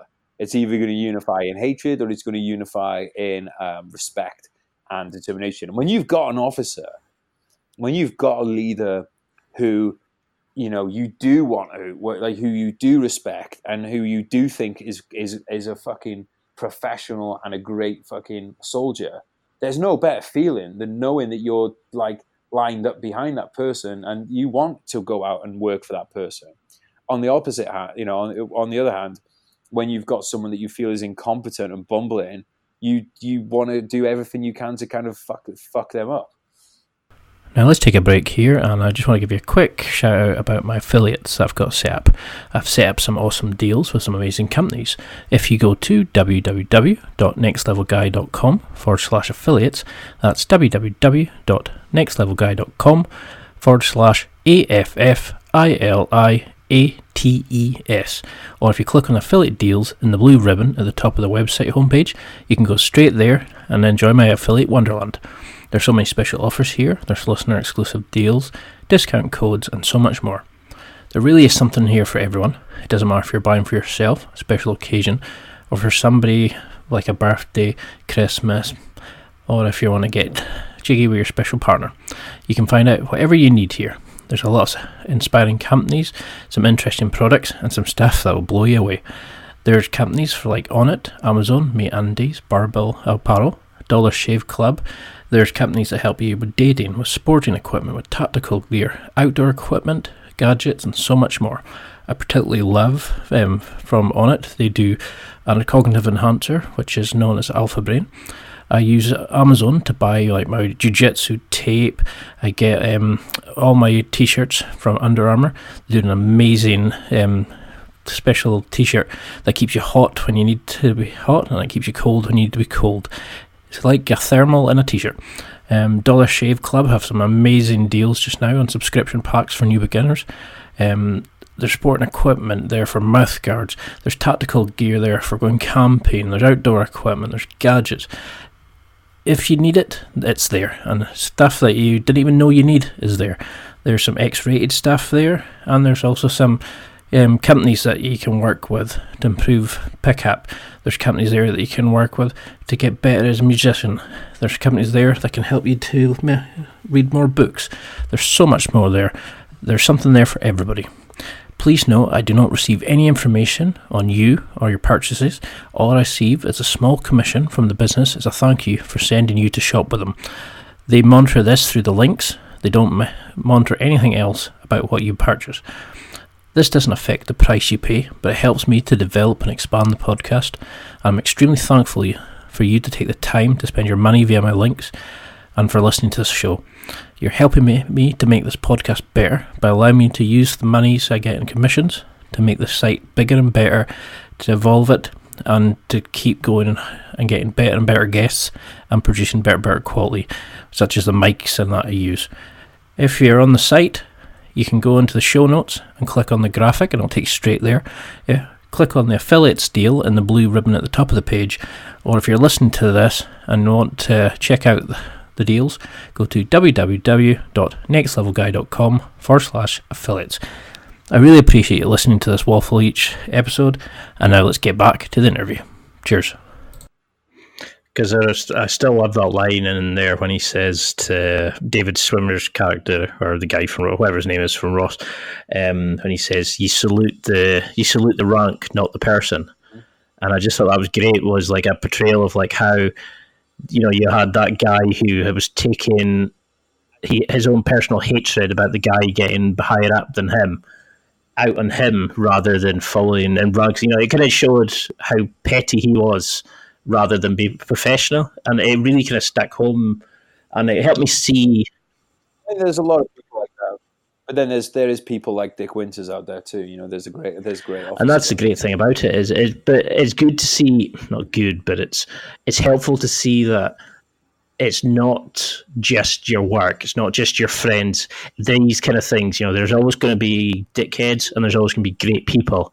You just don't need to put up with them in the environment. You can gravitate towards the better people that push you and things like that.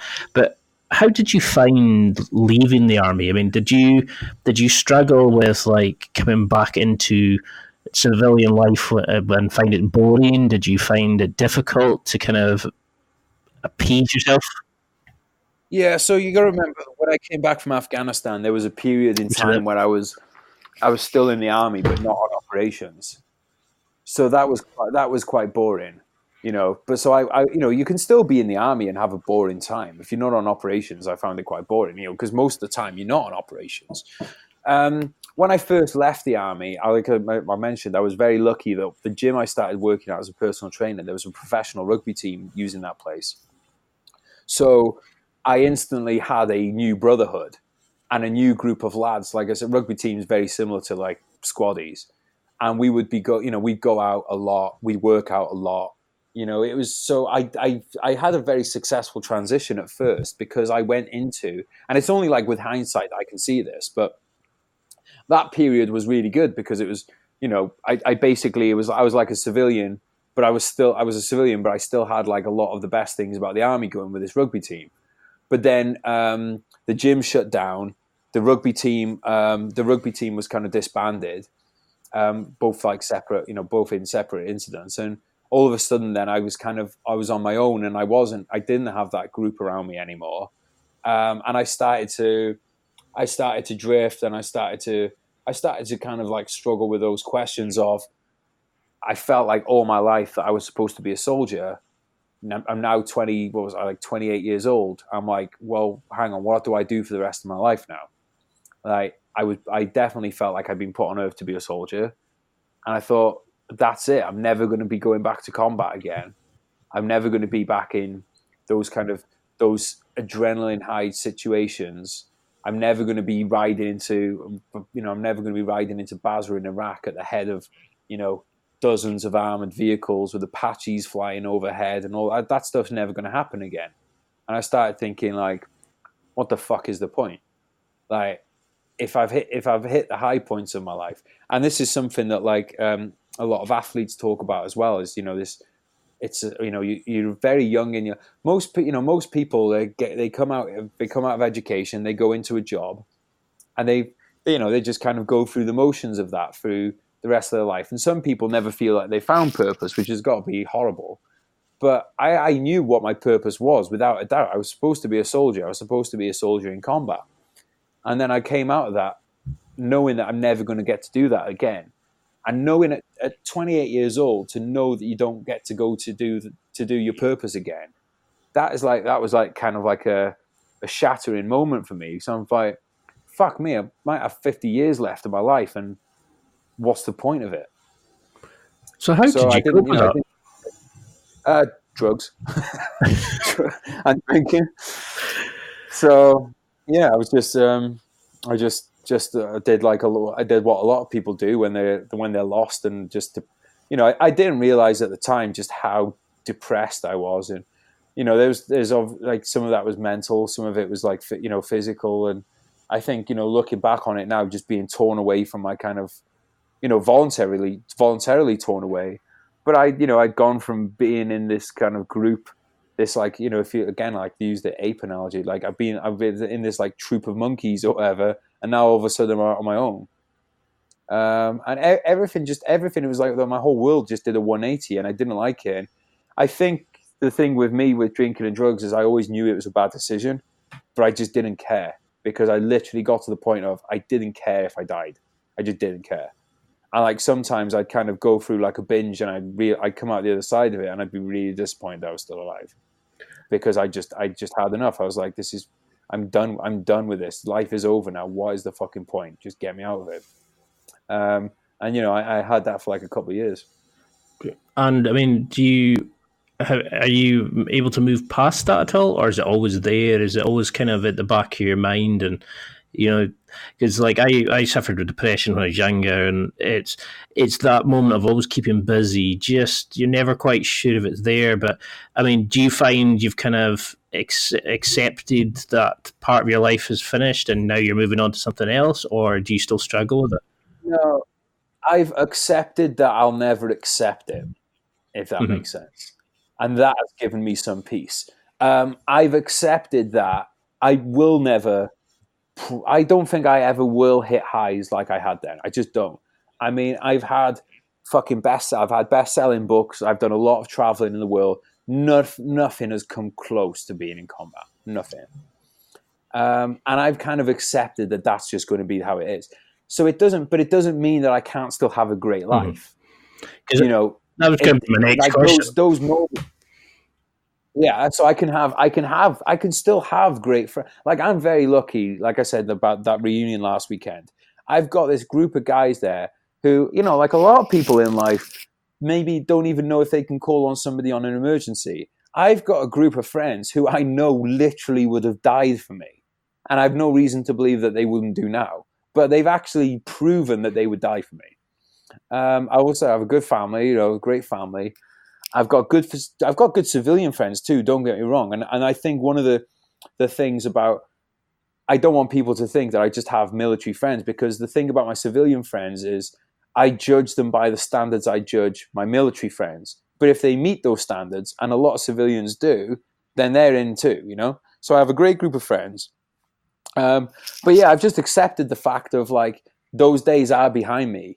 They're not coming back, and I think that's something that's helping with age. Is like now I'm like say past the army age. It's not even an option that if there was an Afghanistan going on now, I couldn't go back to it anyway. But that option's out of my hands, and I think that's helped me kind of, like I said, I'm not I this might fucking sound crazy to people. But I have dreams about, I don't have nightmares about Iraq and Afghanistan. I have dreams about them. And when I wake up and I realize that it's not real, sometimes I'll actually wake up in tears because I thought I was back there and I wake up and I'm not.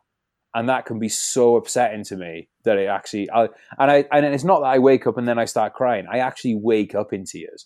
I think I must realize as I'm waking up that it's not real. And put it this way, like it upsets me more than any breakup or anything like that. Like my breakup from combat in the army is more upsetting than any breakup with a woman. No, that makes perfect sense. It's yeah, and it's because thing is, if you break up with a woman, no matter how much you loved her, there's always that possibility that you're going to meet another person. Well, that's not happening now with the military. It's more like getting over the death of someone. It's which is unfortunately something that if you've been in the army and infantry in the last 20 years, that you've had something that you've had to have done, and it's almost like that, going through grief and knowing that you're never going to get to see that person again. So you try and just think like, Joe, I'll just try and be happy for the good times that we had, and sometimes you can do that, and sometimes you can't. Sometimes you have bad days. Because I mean, from a personal point of view, like I've only had one probably relationship who I could have seen myself getting married and all that kind of stuff, and it still has probably fucked me up now, thinking years ago, and like every time I'm always using her as the benchmark for other people, probably still in love with her, all this kind of stuff, and now when I can completely get where you're coming from. Obviously, it's nothing on the scale of it, but I mean, it's. I think we've all got that one person or that one event or one life that we would all jump back to, and is it the way that the army is there a kind of assistance when you leave the army, or are you just kind of left on your own devices once you leave? Is there a kind of withdrawal sort of services that they provide, or is it just here's? Yeah, overall, it's a very. I think it's a very bad transition package that you get. I mean, they spend years turning you into a soldier. They spend fucking days turning you into a civilian. But the thing is, no matter how much work they could do on you, they're not going to replace. Again, it's not something that's replaceable. So I do think the British Army has a lot of work to do on preparing people to be civilians. But that's more teaching people how to do their council tax and taxes and stuff like that. That's the stuff that I think the army can really help with. I just don't think there's that much that they can do to help you with. The other stuff is finding some kind of replacement to what you've been doing. I think a lot of it, and I am a critic of the armies. I do think they need to do more. But I am the first person to say that you have a responsibility yourself to kind of make that transition to civilian life, But it's awesome at the moment. Like I just saw a tweet yesterday from like this. He's basically the highest enlisted person. So like, he's your typical tough sergeant major, but he's responsible for the entire army, not just one kind of unit. And he's advocating meditation. And to serving soldiers. And I think that's fucking brilliant. And there's guys like him who are out there trying to kind of like get people more mentally resilient and trying to open them up to new ways of thinking. And I think that's really cool.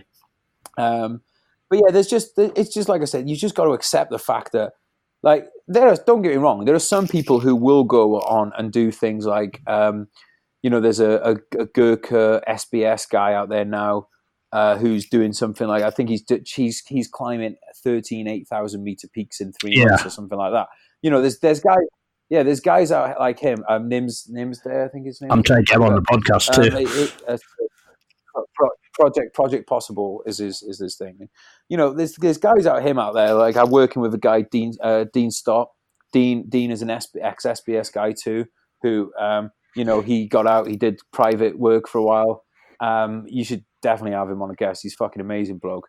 And he just casually just went, oh, you know what? I'm going to beat the record for cycling the Pan American Highway. So, he did like knock 20 days off the time. He'd never cycled 6 months before. So there are these guys out there who do go on and do it. So I can only speak for myself. I just know that there's not going to be anything for me that's going to replace that thrill of combat with a bunch of armored vehicles, Apaches, artillery, and all that. It's just, as much as I enjoy writing, it's not on that same fucking level. Because we've got a guy, my normal job, if you want to call it that, is I work in a university and I look after PhD students. One of the guys I look after, and he's just started his own, he's changed his PhD project, and one of it is going to be looking at how the army, because he used to serve himself and he's got like army connections and things like that. He's going to be looking at like how the army change to civilian life mimics the, and we can use the university values that we have and like the ethics and stuff like that. And he's looking at how soldiers come in out and how we can help them and put a package in place that really does help that transition. And it was really scary that was really the first kind of proper, like somebody had done that before to kind of look at that. Oh, dude, it's nuts. Like the lack of work. Like somebody should be leaving the army and not know what APR on a credit card is and stuff like that. Because the thing is, when you're in the army, a lot of stuff is taken care of you. You've got a roof over your head, you've got your food. Like all this stuff is like you get. It's deducted from your pay, but you don't have to worry about it. Your pay's taken care of for you. Your taxes taken care of for you. You're told where to be, what time, where, in what things. And like that is like people see veterans living on the streets and they think it's because they've seen terrible things. But I think most of the time it's because they never got taught how to manage money. They never got taught how to manage themselves because they just had to follow orders basically. And when you come out and you have a couple of bad months and you might make some bad financial decisions, maybe have a messy breakup, and before you know it, as a man, especially. As a man, you're the lowest of the fucking low when it comes to getting any kind of assistance. And you're out on the street. And once you're out on the street, getting off the street is so fucking hard for people. Oh, definitely. And that's why there's so many veterans on the streets, is because, like, dude, I struggle now. Like, I'm a fucking university graduate, so in theory, I should be good with things like paperwork. I'm still, years after being out of the military, I'm still struggling to get my head around things like taxes and stuff like that. Now, when it comes to, if you want to fucking section attack doing on enemy position, I'm your fucking man. I can remember that. I haven't touched an SA-80, which is like the British Army's rifle. I haven't touched one in over 10 years. You pass me one now, I will do all my drills on that seamlessly because it's ingrained on me. It's ingrained in me. But when I left, I didn't know what APR on a credit card was. And like part of that is personal responsibility.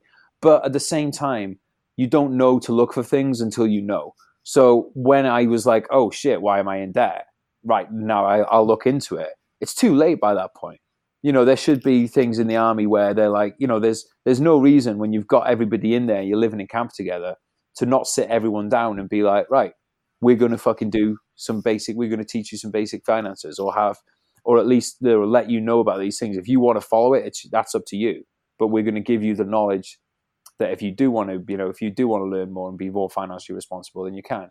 And I think that and I would take that further as well. As I think that it's almost criminal that in our school system, we don't have people getting taught these basics about your council taxes, water bills, all this stuff. Like it's mental to me that we don't have that. First aid is another one. Like I can't understand why we don't have first aid taught to people at teen age at the very least. I just can't get my head around that. I mean, if you come out like at school and you can talk about depreciation of like a company asset, but you can't even like write a letter to somebody, or you don't know how to phone somebody and you know how to ask them for a set advice, or how to fill in a credit card form or something. You know, I completely agree with you. It is scandalous. And if you think like that would be the perfect opportunity, is when you've got all these young guys, is to kind of give them the skills, like the hard and the soft skills, in between the killing and the discipline and all that kind of stuff. There should be something in there. I mean, it's like, I think they've only recently started doing it at professional football clubs, because so many guys were getting put out after training for years and years, having no other kind of skills, leaving school, and, you know, 5, 8 years into it, suddenly realizing they weren't good enough to be superstars, but they had no skills in addition to that. I know it's not. The football one is scandalous, really, because the percentage of people that get through from football academies into actual professional sports is tiny, but they put all their eggs in that basket.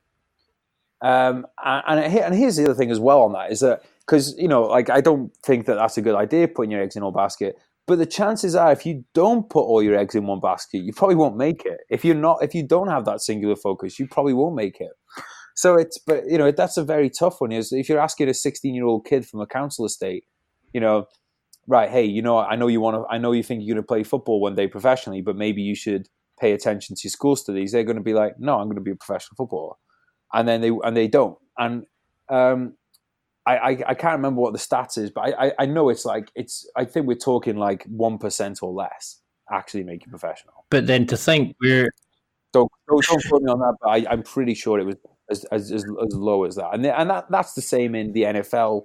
You know, with college football players and, you know, all that kind of stuff. I know the NFL are starting apparently to bring something like that into it, because of the transition is just scary, you know, like the amount that actually do go off and become successful rather than just sort of college level, or like, you know, the ones who go to try to become and who actually become superstars, it's like 0.001% or something ridiculous. It's awful. But I mean, I just think it's scary that there's been more talk about the potential footballers and their skills than guys that we've taken around the world and taught to shoot people and hurt people, or, you know, like to go in these missions and like change other societies and all that. And then we're kind of like, we're caring more about a guy kicking a bit of leather around than somebody that we've turned into a killer and left. Yeah, I mean, to be fair to those clubs, though, it's probably the clubs doing it rather than it coming from the taxpayer. And this is the crunch of the matter, is that anything involved in the military comes from taxes. And people talk a good game about wanting to support the military more. But like, when it comes down to it, do they want to pay more taxes to do that? I would say most people are not willing to do that. And that's the bottom line about it. And that's why so much of the support has to come from other veterans, or, you know, just people who feel like that they have some kind of obligation or duty or want to do it. But it's not going to come from the country, because that means more taxes and people just aren't willing to pay that. Like, people will talk a good game, but when it comes to opening the wallet, it's just not going to happen. Because they always say that, isn't it? It's don't look at what somebody's saying, look at their actions to really, what's important to them.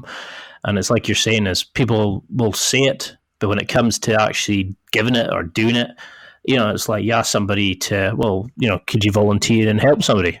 Oh, no, couldn't do that, because it actually means saying it makes them feel better, like they're actually doing something. But when they actually get asked to do something, nah, most people don't want to. I heard that the dopamine effect that you get from saying you're going to do something is as high, if not the same, as if you actually do it. All right. So, like, let's say somebody says, like, oh, I'm going to do a 10K run. That makes them feel so good about themselves saying it. That's why a lot of people don't always follow through, because they got such a rush from telling people about that is actually almost as satisfying as actually doing the thing itself. Because a number of times I've heard mates talk about them, they're going to do this or going to do that, and you just know fine well they're not even going to bother. But they're getting a dopamine hit every time they say that. They're getting a hit that's making them feel good about that. That's why they're saying. They're not saying it to just be bullshit. They're saying it because they're getting this hit. It's like a hit every time. So when you came out of the army, you've done some amazing books. You've got amazing feedback, and it was kind of amazing to me that you weren't getting that kind of the high that you had from the military back, and obviously understand from the experiences. But do you find like your writing, was it therapeutic? Did it allow you to kind of deal with that side of your life? Did it allow you to sort of put it into writing, the thoughts and the emotions, and kind of help you understand it and deal with it? I mean, the Afghanistan book, Brothers in Arms, did. Like, the other books are more, they entertain me, they give me something to do, and I enjoy doing them. So they're, like, I think there's a lot to be said for just doing a day job that you enjoy. I mean, that is therapeutic in itself, right? Brothers in Arms, certainly, I put, that's the stuff where I've just kind of been brutally honest in there, and I've talked about the highs and the lows. Therapeutic, yes. It's also there's probably been some, definitely there's sometimes you bring things up and it kind of has a short-term negative effect. Reading the audiobook hit me a lot harder than I thought it would do. That kind of sent me into about a week of depression, because turns out that reading the words are different than just seeing them on a screen. So how did you deal with that kind of thing? Do you? Oh, I just went and got drunk for a week. I didn't deal with it very well. I dealt with it very badly. But on the plus side is once I was kind of a few days into it, I kind of just realized that I was you're just drinking, because it coincided with a visit. Some of my friends were visiting the UK, so there was a legitimate reason to go out, and and I had a very good time when I was with them. But then when everybody else went to go back to their hotel, I just kept drinking in the hotel on my own, which nobody knew about until I told them. So I knew that, but it was just I was got a couple of days into it, and I was like, you know what you're doing, don't you? And I was like, yeah. I was like, you need to stop this, don't you? It's like, yeah. I was like, well, let's just stop now, okay.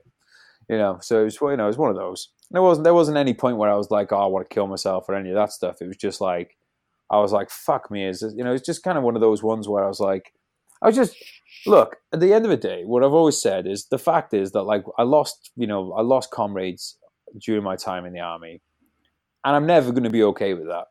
And I wouldn't want to ever be okay with that. There's going to be times in my life where it's going to fucking bum me out, and that's just how it is. And, you'd have to be some kind of fucking psychopath to not, so when I was reading the audiobook and I'm talking about meeting their families at the one of the boys' inquests, because there's an inquest into the deaths and that kind of thing. If your emotions don't get fucking beaten up from reading out loud about the time that you had to meet the family of one of your dead comrades and see how upset they are, if that doesn't fuck with your emotions, then something's wrong.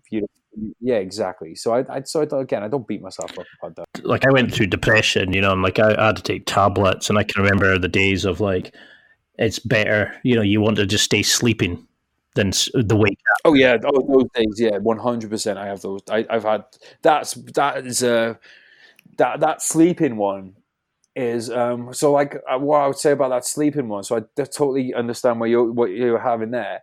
On top of that, what I'd be dreaming about while I was sleeping would be being back in Afghanistan and stuff.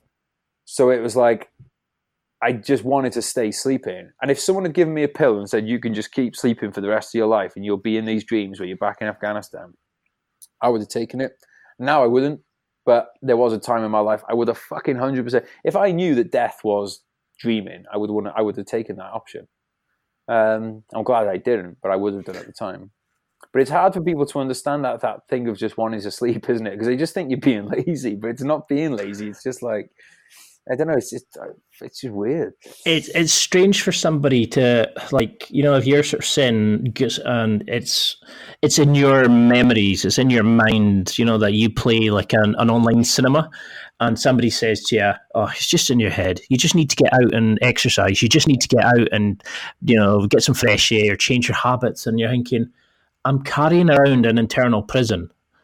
I need to learn how to deal with what's there. And I can still remember kind of, was it a few months back, I had a dream about one of my exes that felt so real that it was probably a very watered down version of your kind of dreams. But when I remember waking up thinking, I was deeply disappointed, really hurt that it wasn't real, that I hadn't seen her, I hadn't been with her. And I was like, oh, it kind of just really knocked me for six. And it came out of nowhere. And I think that was my brain dealing with it. And those were the kind of projections that my subconscious was working on or kind of trying to understand. And it's a really difficult one. And I think this is the problem is, like, I've tried antidepressants and I think they numb you. They don't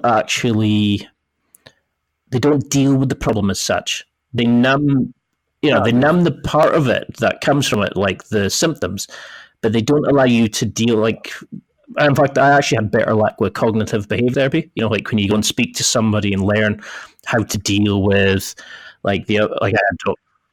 Yeah, I think that's that stuff is, I think, something that I would strongly recommend people doing, the cognitive behavior thing. But I think personally, I never took antidepressants. I was offered them when I got diagnosed with PTSD, but I thought, I don't want something to numb me. Like I was saying, I want to feel these emotions. What I want to do is find a way of fucking channel them into a positive way.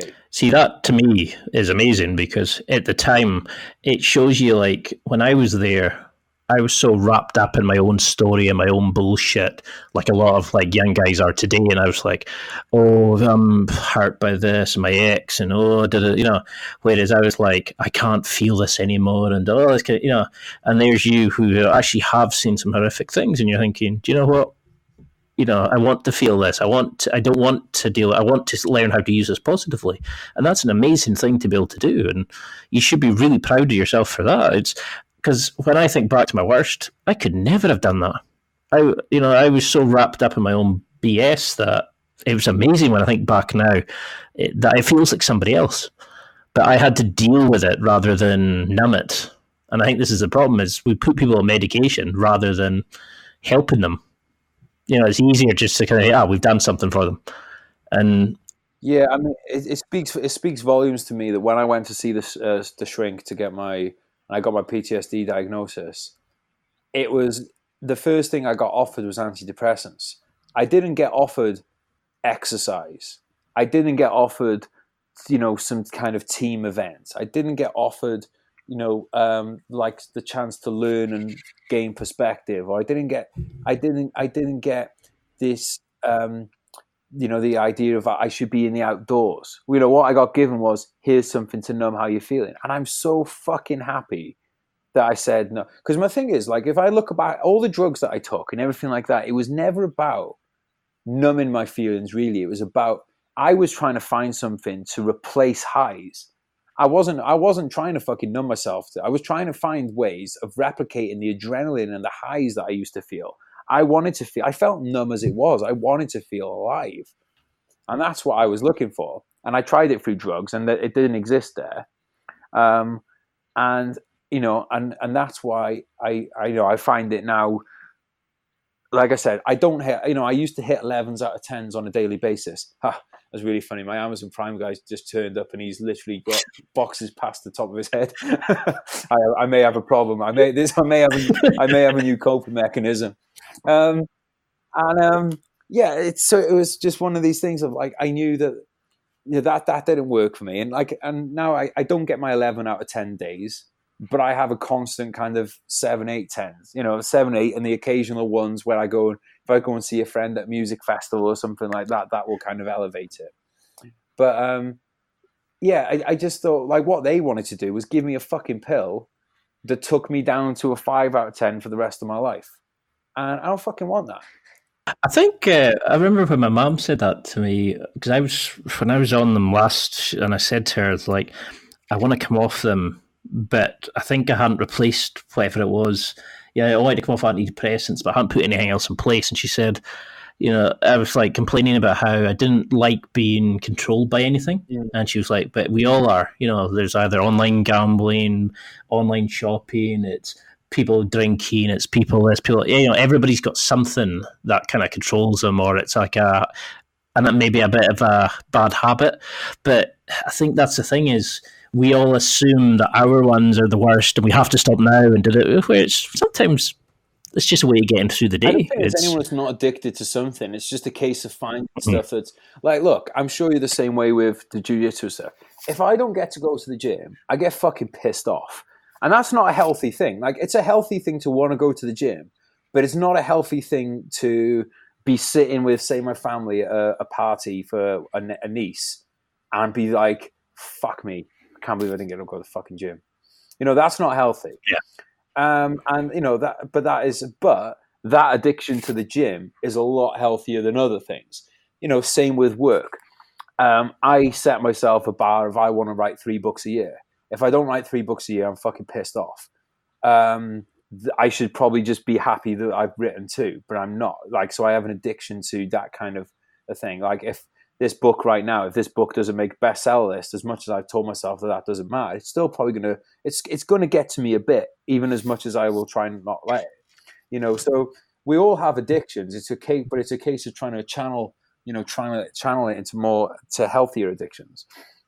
No, I mean, I love the way like that you put that, because it's fine to be annoyed that you didn't get to the gym, but I mean, it's like you're saying, when it takes over your life like that, that's when you worry. And I've got friends who talk about jiu-jitsu, live jiu-jitsu, train at the jiu-jitsu gym. Then they'll be going home and they'll be YouTubing jiu-jitsu videos, and they'll be posting about it on the WhatsApp group and all that. And I'm like, yeah, like, to me it's a hobby. I might compete later on, might not. At the end of the day, I started when I was 36, and I'm still beating guys that are 16, 18, 23, 25, all these kind of things. Guys coming in with 6 packs. I lost a heap of weight. I made a heap of good friends from it, but it's the mental side of it for me. It's a hobby that I want. I get a lot from it. I lose the bullshit 9,000 obsessive thoughts in my head. It keeps me calm. It keeps me kind of controlled, and maybe that it would work perfect for you. Maybe it's something that you should look into, because it's definitely something I want to pick up, just for that kind of like that clarity of. I sometimes think maybe that's something that all guys like vets should get free entry into. Is it something like that where it's the closest thing they can get, like that physicality, the bond of brothers. I actually sound like an advert for jiu-jitsu schools just now, like. But I mean, it's like that was the thing that helped me, but I had to find that on my own, and that's kind of the reason I started the podcast. Was I knew that there was more to just sitting in a pub. I felt so bad. I felt like a fake sitting in the bar pretending I liked being out in the bar chatting to guys and all that, when all I wanted to do was go home and be on the internet and creating a website and playing with this, working with animals, and then chatting to guys. And I was never into things enough to take over my life, but I liked enough to kind of go, do you know what? I'm going to go away and find out more about that, and then I find out a bit about that, and then I realised a lot of other guys were like that, and that's where the podcast came from. Yeah. Well, and I think that's great. Sorry. And I was just going to say, I think that's great that you're doing your own podcast, because it gives you a chance to let that creative side of you out, and kind of like the books and talk about these things. Do you feel like you've like kind of evolved and kind of, has it eased since you've started that kind of side of things? Yeah, well, just one thing I'll say about the sitting in the bar and stuff is I love sitting in the fucking bar with the boys. But I think it's like you've got to have something to talk about when you're there.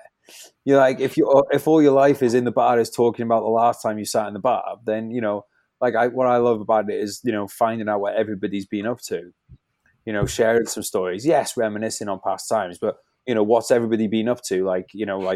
Well, I'm going to go out to the States in a few weeks and see some of my friends there that I haven't seen for 6 months. And, some of them have just passed special operations command selection in the forces. Some of them are about to go to Iraq. Some of them are, doing MBAs, really good schools. And it's looking forward to hearing what everybody's up to and what their plans are. And that's that's the great part of it. So I'm all for. I love my bro time in the bars, but with it, for that kind of like that catch up in the group. The creative side of things, like as far as podcasting goes, is I feel like I'm really lucky that I write full time. And I write for myself. Like I do ghostwrite projects for people, but even then, it's very flexible. It's on my own time. So if I have an idea, I can usually just schedule my time so that I can run with that idea. So that for me, like podcasting was more about, I wanted an opportunity, because I work on my own all the time, really. I wanted an opportunity, something that was set in stone, where I'm going to sit down and talk with somebody else about some issues that are important to kind of both of us. So, for me, I picked the military one because, that's something. It's being an author and being somebody with a bit of a social media presence. People turn to me about that kind of stuff. They ask me a lot of those questions, so it just seemed like the natural choice to put out a podcast where I could answer people's questions about the military, answer people's questions about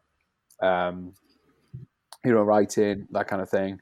And it's the great thing about the podcast is it's a brilliant excuse for reaching out and connecting with people that you might not have done otherwise. Definitely. It's really weird if you said to somebody like, "Oh, do you want to just meet for a coffee or whatever?" with somebody that you didn't know, that seems like quite aimless. So I mentioned that guy who's he's the head, like he's the RSM of the army now, the head enlisted guy. And I saw his tweet about meditation, and I asked him if he'd like to come on the podcast. And he says that he's gonna, he's gonna keep it in mind, and hopefully we'll get something done on there soon. And if I just said to him like, "All right, mate, do you want to can I just come in your office and say hello?" It's probably not going to happen. But because of having the podcast, then hopefully him and I could have a conversation. I might have some interesting insights to him, but he's definitely going to have some interesting insights from me. And I think that's the coolest part about the podcast is having that, having that connection. And the other thing as well, I think, is when you're involved in something, it's very easy to just kind of be dismissive of it. But the fact is that, in 50 years' time, there's going to be people who don't know people that were involved in Iraq and Afghanistan and those wars, who want to know more about it. And I think it's really cool to have this, that there's going to basically be this library of, books and podcasts that I help put out there, because it's not just my stories, I'm getting other people in. I've had, American Rangers on, American Marines on, British military cross winners. It's I've got Aussies lined up for the show, more Americans, more Brits, and all different backgrounds, all different areas that they've served in, all different roles. And I think it's really cool to be a part of something where you kind of catalog in people's experiences, so that like later generations as well as this one can kind of benefit from learning from it. Because that's something. I mean, going back to my point about going out with the boys and all that kind of stuff, was I realise now that they probably weren't the type of friends that I needed, because now when I go out, I have guys in jiu-jitsu who'll sit there and say, "Oh, I was listening to your podcast with so-and-so," and I'm like, what? Because I had never had that kind of strong friendships, probably like really deep down connections that I do now with some of the guys there.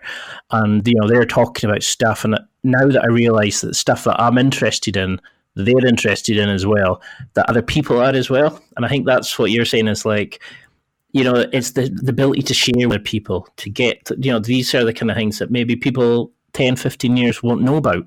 And it's good to get this stuff out. And, I remember speaking to, was it Mark Bell? Like a massive powerlifter guy, multi-millionaire. And he was saying about, he was really enjoying the interview I had with him because he didn't get a chance to speak about this usually because everybody just wanted to ask him about his slingshot, his gym, his X, Y, Z, Oh, yeah. I heard of it. Yeah. But that was the kind of thing that he found was like, a lot of times he didn't get to let that side of him out. And I think that's a problem a lot of guys have. The fact that we haven't really touched writing or books or anything yet, we've been on for almost 2 hours, I've not even kind of touched that. I think this was the beauty of where we said we do one on the military and the one on the books, because I knew this was going to go. I find you're just so easy to talk to, and it's like you come across as somebody that it's been like a friend for years, and I think we went straight into it and we're chatting away about like jiu-jitsu and all that kind of stuff, and you were like that kind of guy that you just met who you just know you like. You know what I mean? It's some people I meet on the podcast and think, oh no, you're not like the person that you portray. Like they have a kind of character that they put online, and I just knew you were like that kind of guy that I would just get on with, like because. Well, I think something that is you can. I've met some friends in the last couple of years who've become really good friends who, have just been people who are really, because really it's like you think, fucking hell, I've known this person for 3 months. It's like we're texting every day. It's almost like getting in. It's almost like getting in a relationship with a chick. You go like head over heels with them. But think about it though. It actually makes so much sense because it's thanks to social media and stuff now. There's almost like this. You've almost kind of someone's gone through a lot of filters ahead of time. So it's like, right, is someone interested in personal development? Yes, check. That's a massive box. Is someone interested in physical training? Check. That's a massive box. Is somebody somebody interested in travel? Check. Massive box. Is what I mean? So there's like a lot of these things already that you've already kind of like a compatibility thing people have already gone through. I think as far as like online personalities and stuff go, I do think that there's a lot of people setting themselves up for a fall on social media, because I look at it like this: how many people are having a fall from grace who like they were TV personalities in like say the 70s, 80s, 90s, who are now stuff is coming out about them and they're having a fall from grace. People are like, I can't believe that person was that way. Well, that is like now we've got social media and everybody's connected and everything's on people's phones. Like every night out, this is on people's phones. So I just think like you should just be if you're in a creative industry or anything online, you should just be yourself, because if you try and put on a personality, it is not going to last. There's going to be something that's going to come out and out you as not being that person. Mm-hmm. So I think that like the other thing as well is it goes back to what we were talking about earlier about you're not going to please everyone. So if you're a bit rough around the edges with your language, some people won't like that. Well, that's fine. There's other people who will like that. If you want to make sometimes jokes that are a bit like, a bit maybe not for some people's tastes, then it will be for other people's tastes. If you want to say that you haven't got time for people who are too lazy to get off their ass and do exercise, that's going to offend some people. Some people are going to love it. And you just have to be true to who you are. The other thing as well is I think it's, I think something that I don't think people utilize on social media is the ability to say, oh, you know what, I was actually wrong about something and I've learned my lesson on it, or I've changed my opinion on this thing. People I don't think people ever want to kind of admit that they're wrong. And I think something that I found on social media has been really useful to me is saying like, you know what, like I've changed my opinion on this, or I don't know. Yeah. I don't know the answer. People like Brexit. I get a lot of people messaging me about my opinions on Brexit and stuff, and I just tell them the truth. I don't know. I don't know the answer one way or another. Like, because this will be the first time we've done it. So how can we know how things are going to happen? Yeah, it's all right to say I don't know. You don't have, just because you've got a blue tick on social media doesn't mean you need to have a fucking answer to everything. You know, it's like, I think it's very arrogant to think that you can. It's like that thing with Donald Trump. You know, everybody was kind of going on about it as like, you go into every comment of his on Facebook, and there's like people calling each other libtards and this, and they're calling them by dickheads and all this and that. Oh no, you're completely wrong and all this kind of stuff. And you're thinking, but you're just a lot of them just follow the media that kind of accentuates their biasm already. You know, they only look at things that support what they're saying, and it's fake news and all that bullshit. You know, when it's something they don't like, and it's really sad the way that it's like you're saying. I mean, we've got these amazing tools, and most people, well, not most people, but a lot of people want to use it to just hurl abuse at people. And again, they're the people that you should feel sorry for because they're fucking losers like that, if that's all they've got going in their life. But I mean, I put a tweet out the other week that a lot of people say, because I'm not really active on Twitter because I feel like Instagram is a lot more positive. Twitter, I just felt was just too negative. But then I thought, you know what? There's people here who maybe could benefit from, you know, like the work I'm doing with the British Legion and stuff. Maybe like these people benefit from it, so I should start using it. And I put a tweet out, and some people, because I was being critical of some veterans, not all veterans, but some veterans, because I was being critical of the ones who felt like they're owed everything because they're veterans, which I disagree with. I think that you're owed a fair deal as a veteran, but you're not owed the world. And some people, because they didn't even really read what the tweet was. They just saw veteran and criticism and assumed that I was fucking slagging off all veterans and saying veterans didn't deserve everything. Do you know what I mean? They went into a total knee-jerk reaction. And my instant reaction as a young man, a bit of an angry man, was to tweet back at them, read the fucking message properly, you stupid twat, or something like that. But instead I thought, hang on, just think about this for a moment. They're actually coming at you. They're coming at you not because they're trying to be a dickhead, but they're coming at you because they think like wrongly, but they think that you're attacking veterans, which is a group that you care about, and you're actually trying to help. So you're actually both coming at things from the same. You're coming at things. You want to get at the same destination. You're just coming at it from different points. So I started engaging with people who had that reaction and saying like, look, you know, this isn't what I'm saying. I'm sorry if you felt that way. What I'm saying is this. I should have done a better job at explaining it. And almost all of them came back with, oh yeah, I'm sorry, mate. I shouldn't have reacted that way. I overreacted. I thought you were, but no, actually you make a really good point. And yeah, I see what you mean. And almost every single one, we ended up where we were like, look, we both like, maybe we disagree and you don't think that that's the case, but we're both on the same team and we're looking for the same thing. But that could have gone totally the other way. That could have just gone to, you're a fucking prick. No, you're a fucking prick. No, you're a prick. And gone back and forth like that and ended up as just blocking each other. But I would say like there was only, I'm just trying to think now off the top of my head, there was one person that didn't come back to my mess because I said to him like, there's, everyone else kind of came back with like, oh yeah, I see your point, or I disagree with your point, but yeah, I see where you're coming from. You know what I mean? But there was only one bloke who didn't, and I think that was because I just guess he didn't have the ego to just say like that he'd actually misread it, because it's one of those things on text messages, email, whatever. If you come in with if you have a preset of you're angry and you read a tweet, you will read it as an insult. Whereas if you were in a good mood and you read that, you would probably see it totally differently. That is the one problem about just using. That's why like people slag off emojis. Saying they're not professional, but emojis can be so useful because sometimes you need that little face just to get across that you're not being a dickhead or whatever, or you are making a joke or something. But like, I think there was only one person who didn't kind of like put the ego in check and be like, oh, you know what, I read it wrong. You're saying that you could have worded it better. I'm saying I could have read it better.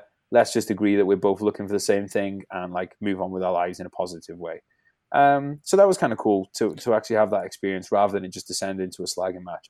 But I will be the first to say that I am very cautious about putting stuff on Twitter because I know how easily it can just be misinterpreted, sometimes deliberately misinterpreted and just whipped into, because it's one of those ones where I'm like, I know if I have good intentions or not, right?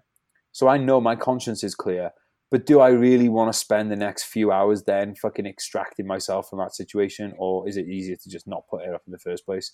Which is sad, because it's like, usually if the message is trying to be a positive one, and, people hijack it for their kind of like, to fit their own negative worldview, it's sad that happens, but that's the reality. You've got to pick your battles. It's really sad when you've got to actually dictate, should I post this? Is it going to be easier just to kind of step away from it?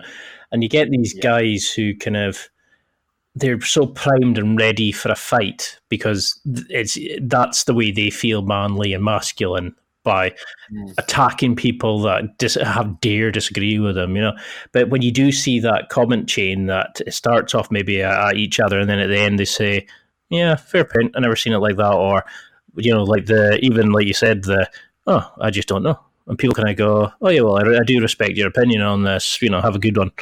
And you see, and it's so rare, but it's amazing when you see it. Like, I don't agree with Trump supporters, but there's times I'll happily report somebody for insulting somebody, or like a really kind of personal attack about their daughter. Like, they've gone on to their Facebook account and found a picture of their daughter and really gone at them, or like something ridiculous from both sides. And I just think it's sad that we live in a society where there's people who spend all day just attacking others in their basement. Like, they don't want to bother doing something productive or build something or step into the light and kind of be the center of attention, but they're ready to rip anybody down that does. And but like, I think of him like that. It's like, I just think of, well, great, because that's less competition.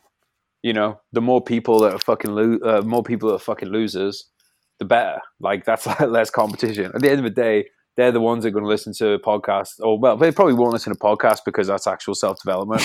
But like, I've had people before that have they've read my entire book and then have like messaged me to say that it's shit. And I just kind of want to say to them, then why did you keep reading? Like, if I start reading a book and I don't like it, I will just go, this book's not for me. I'm not going to then invest 40 hours of my life into that book and then more time into sending an angry message. I find that so fascinating. I really find it interesting, because I'm like, how much little stuff do you have going on in your life that you can afford to continue reading something or watching something that you don't enjoy? If it's not for you, mate, fine, just move on. It's really fucking fascinating. Like, it's like, imagine you just, I can't get my head around. Like, I can't get my head around to say, I put the TV on as a program I don't like, and I go, oh, this is terrible. I'm now going to sit here for the rest of the box set and watch this terrible program that I hate. I just can't get my head around that. And unfortunately, they're not the kind of people that you can have that conversation. Because I'd love to be able to get in their head and be like, well, why? Like, why is it? And I do think that it comes down to a lot of things in life. I do think it's jealousy. And it sounds a big, I think I have to be careful with ego on this one. That I'm not saying like, oh, they just want to be me. Do you know what I mean? That's not what I'm saying. But like, when I look at, I'll be the first to admit that there's been periods in my life where I've slagged other people off. And when I look back on those periods and kind of dissect them, it's been because I was unhappy with where I was in life. And I was kind of like, I've got friends of mine that are, some of my friends that are successful. I've definitely kind of I've been looking for a thing of, oh yeah, but did they get this easy? Or do you know what I mean? Instead of just saying to myself, they're just fucking working harder than you. There was periods in my life definitely where I would, I'd be the first to admit that my insecurities about my own kind of life led me to try and take a bite out of other people's successes. And that's why I think I can say with authority that when I get that or see that now, I think I recognize why it is. Because I'll be the first to admit that, especially I think in my early 20s, and then when I like a kind of early 20s period where I didn't really know what to do with my life, that I think that was something I definitely did then. Are you seriously telling me that you grew and developed using social media? Do you not realize this is for cat videos only? Yeah. Oh, mate, I fucking love cat videos. Look, it's the same as going to the bar. I told you before we got on air, I think, that, when I go to the States in July to visit my friends, I'm not expecting to get much, any work done in that month. That month is set aside for going to the bar and hanging out with my friends and doing a few road trips and stuff. That's not going to be when I'm doing my road trips, I'm probably going to have some podcasts going and maybe some audio books. But that month is going to be about the priority of that month is going to be seeing my mates and getting Larry. That's what that month is going to be about. And it's the same as social media. Someone wants to spend an hour on social media looking at cat videos. I am not going to begrudge them that hour. If you can say to yourself, what have you done with the rest of your, what have you done with the rest of your day? Because the thing is, mate, right? Let's say cat videos or anything else that's maybe just some silly videos. If that makes you laugh and it makes you happy, there's nothing wrong with having that in your life. Oh, no. And you've got, and in fact, I would actually go as far as to say you should, it's playful. We were talking about, being playful and playing. Well, that goes for having a playful mind as well as a playful body. Dude, I have various outfits for my cats that I bought off Amazon on a whim, where I thought I'm going to try and dress the cat up as a bumblebee or whatever. And it hasn't worked out, and it entertained me for 30 seconds, and it made me laugh. And that to me is worth it. That I got to annoy my cat for 30 seconds by trying to dress him up as a bumblebee. Now, did that contribute to me writing, great books or anything like that? No, but it made me fucking smile. And sometimes you got to do stuff just for the fact that it's fucking fun. Well, that's the thing. You have to have something. Yeah. You have to have 80-20, the diet thing. You have to eat clean for majority time, but still have the blowout. You need to have that laugh. You need to have that something. I was just thinking just now of we had a cat who died when she was 21, and it was she was wild kitting. Her mother had abandoned the whole set of them. So my mum got her as a kind of wedding gift. So she hated my sister because she was the baby of the group. But they came together, when she was making cheesy pasta, because they would split a can of tuna between them. And I was just thinking, if I tried to put an outfit on her, she would have ripped the shit out of you. She was a wild cat, but became a lap cat, but on her terms. She decided when the sort of clapping and the belly rub stopped, and then she quickly bit your hand and ran off. But I was just thinking, it's fine to do all that kind of stuff, but I'm trying to think who said it. It's that thing of, yeah, you're entitled to your opinion, but I'm entitled to tell you that your opinion's shit. You know what I mean? It's there's a whole thing about that. It's we're in a society now where it's almost like we want our own special space. We want to be able to say all the kind of stuff. It's like in America now they're saying, yeah, you have a First Amendment right to say stuff and be able to put it out there, but you're not protected from it if it's racist, if it's sexist, if it's I can't believe it. Well, this is somewhere where I think the army has been very beneficial to me, and because I talk to my editors, I work with a few different publishers, and they've always said that they like the fact that I can take criticism on the work, and because I just want to make it better, and their notes make it better, right? Well, when you've had a sergeant major an inch from your face, screaming in your face, calling you things that I will not repeat on this podcast, and you can feel his spit hitting your face, and he's telling you that you're a worthless piece of shit, and then a lot more. It doesn't hurt when you get a note back saying, I think Act 2 is a bit long. But a lot of people, apparently, I've heard from my editors, I've been told that they literally, in these publishing houses, they have to have lessons on how to how to basically mollycoddle some of the authors, because they don't want to hurt they don't want to hurt their feelings and stuff, because when they're giving notes and things. Now, and that's just bonkers, because everyone's on the same team trying to make something better. You're not going to get notes back from an editor saying, this is shit and you're worthless, get out of my face. You're going to get that in the army, but it just toughens you up, and it makes you more, makes you, able to handle, criticism. And I think that thing you were saying about being able to have an opinion on social media and stuff like that, but someone else could say this rubbish is, I get a lot of people, especially younger people, predominantly ones that want to join the military, asking for my opinions on things, and I'm very like, there's some things that I will say that I do believe are set in stone. And so for instance, I will go and say, I think this is basically a law of nature.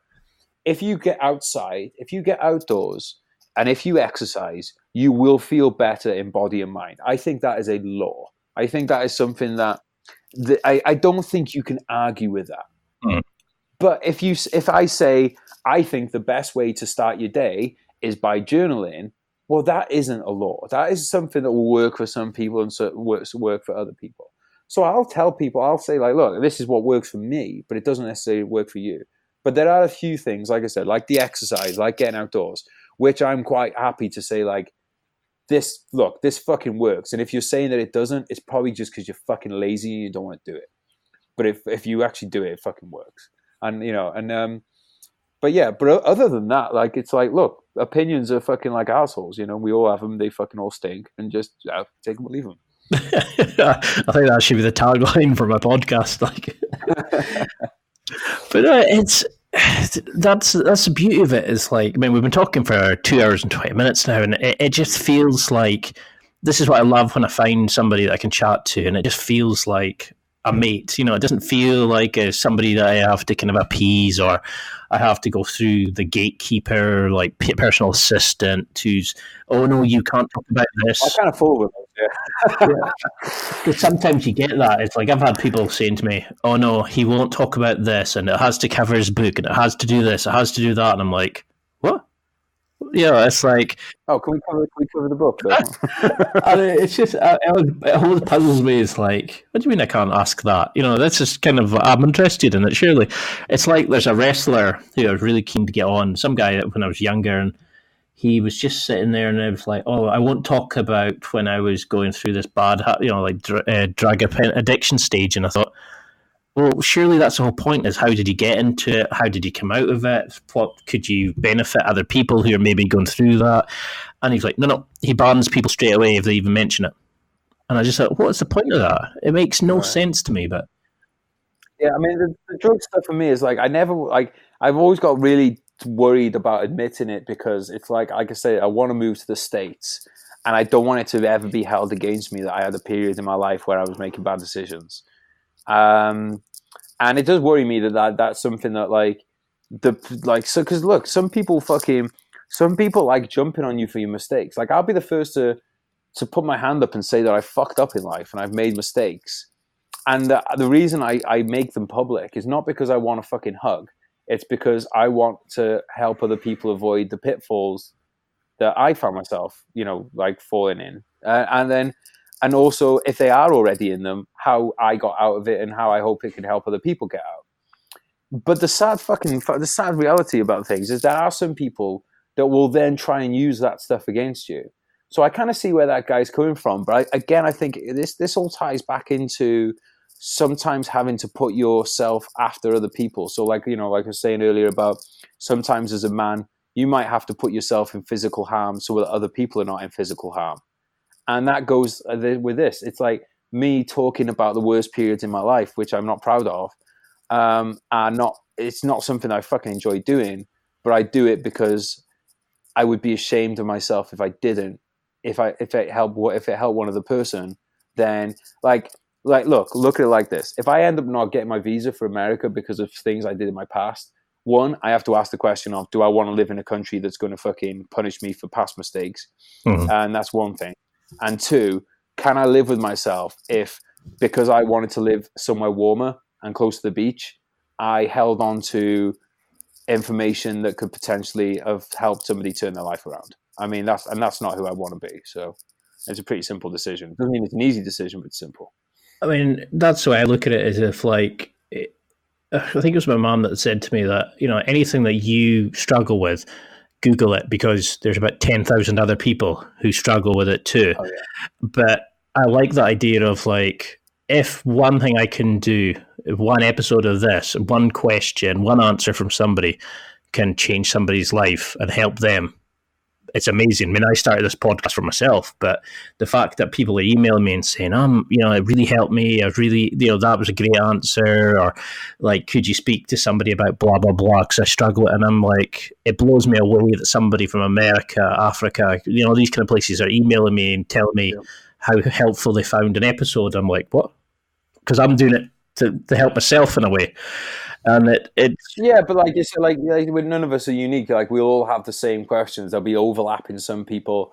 Some people might want more of this, some people might want more of others. But there's going to be overlap, and people will find things useful. And I think that there's, I think that there's when it comes down to it, when you look back on your life, those are the things that you're going to feel. Those are the things that you're going to. There's nothing wrong with feeling pride if what you're proud of is something that's helped other people. There's nothing wrong with feeling pride. If your pride is how many young girls with daddy issues did you convince to bang you by offering them drugs? If that's what you take pride in, then you're probably a shitbag. Mm-hmm. But if you there's nothing wrong with taking pride in serving other people, and you can serve yourself. Like the best way to serve other people, I think, is like there's a difference between serving yourself, being a selfish bastard, and serving yourself, and like you're doing now with the podcast, like, yes, it serves you, but it serves a lot of other people. There's nothing wrong with that. And like, again, the only people that are kind of ever try and knock you down for that, people are too lazy to do anything themselves.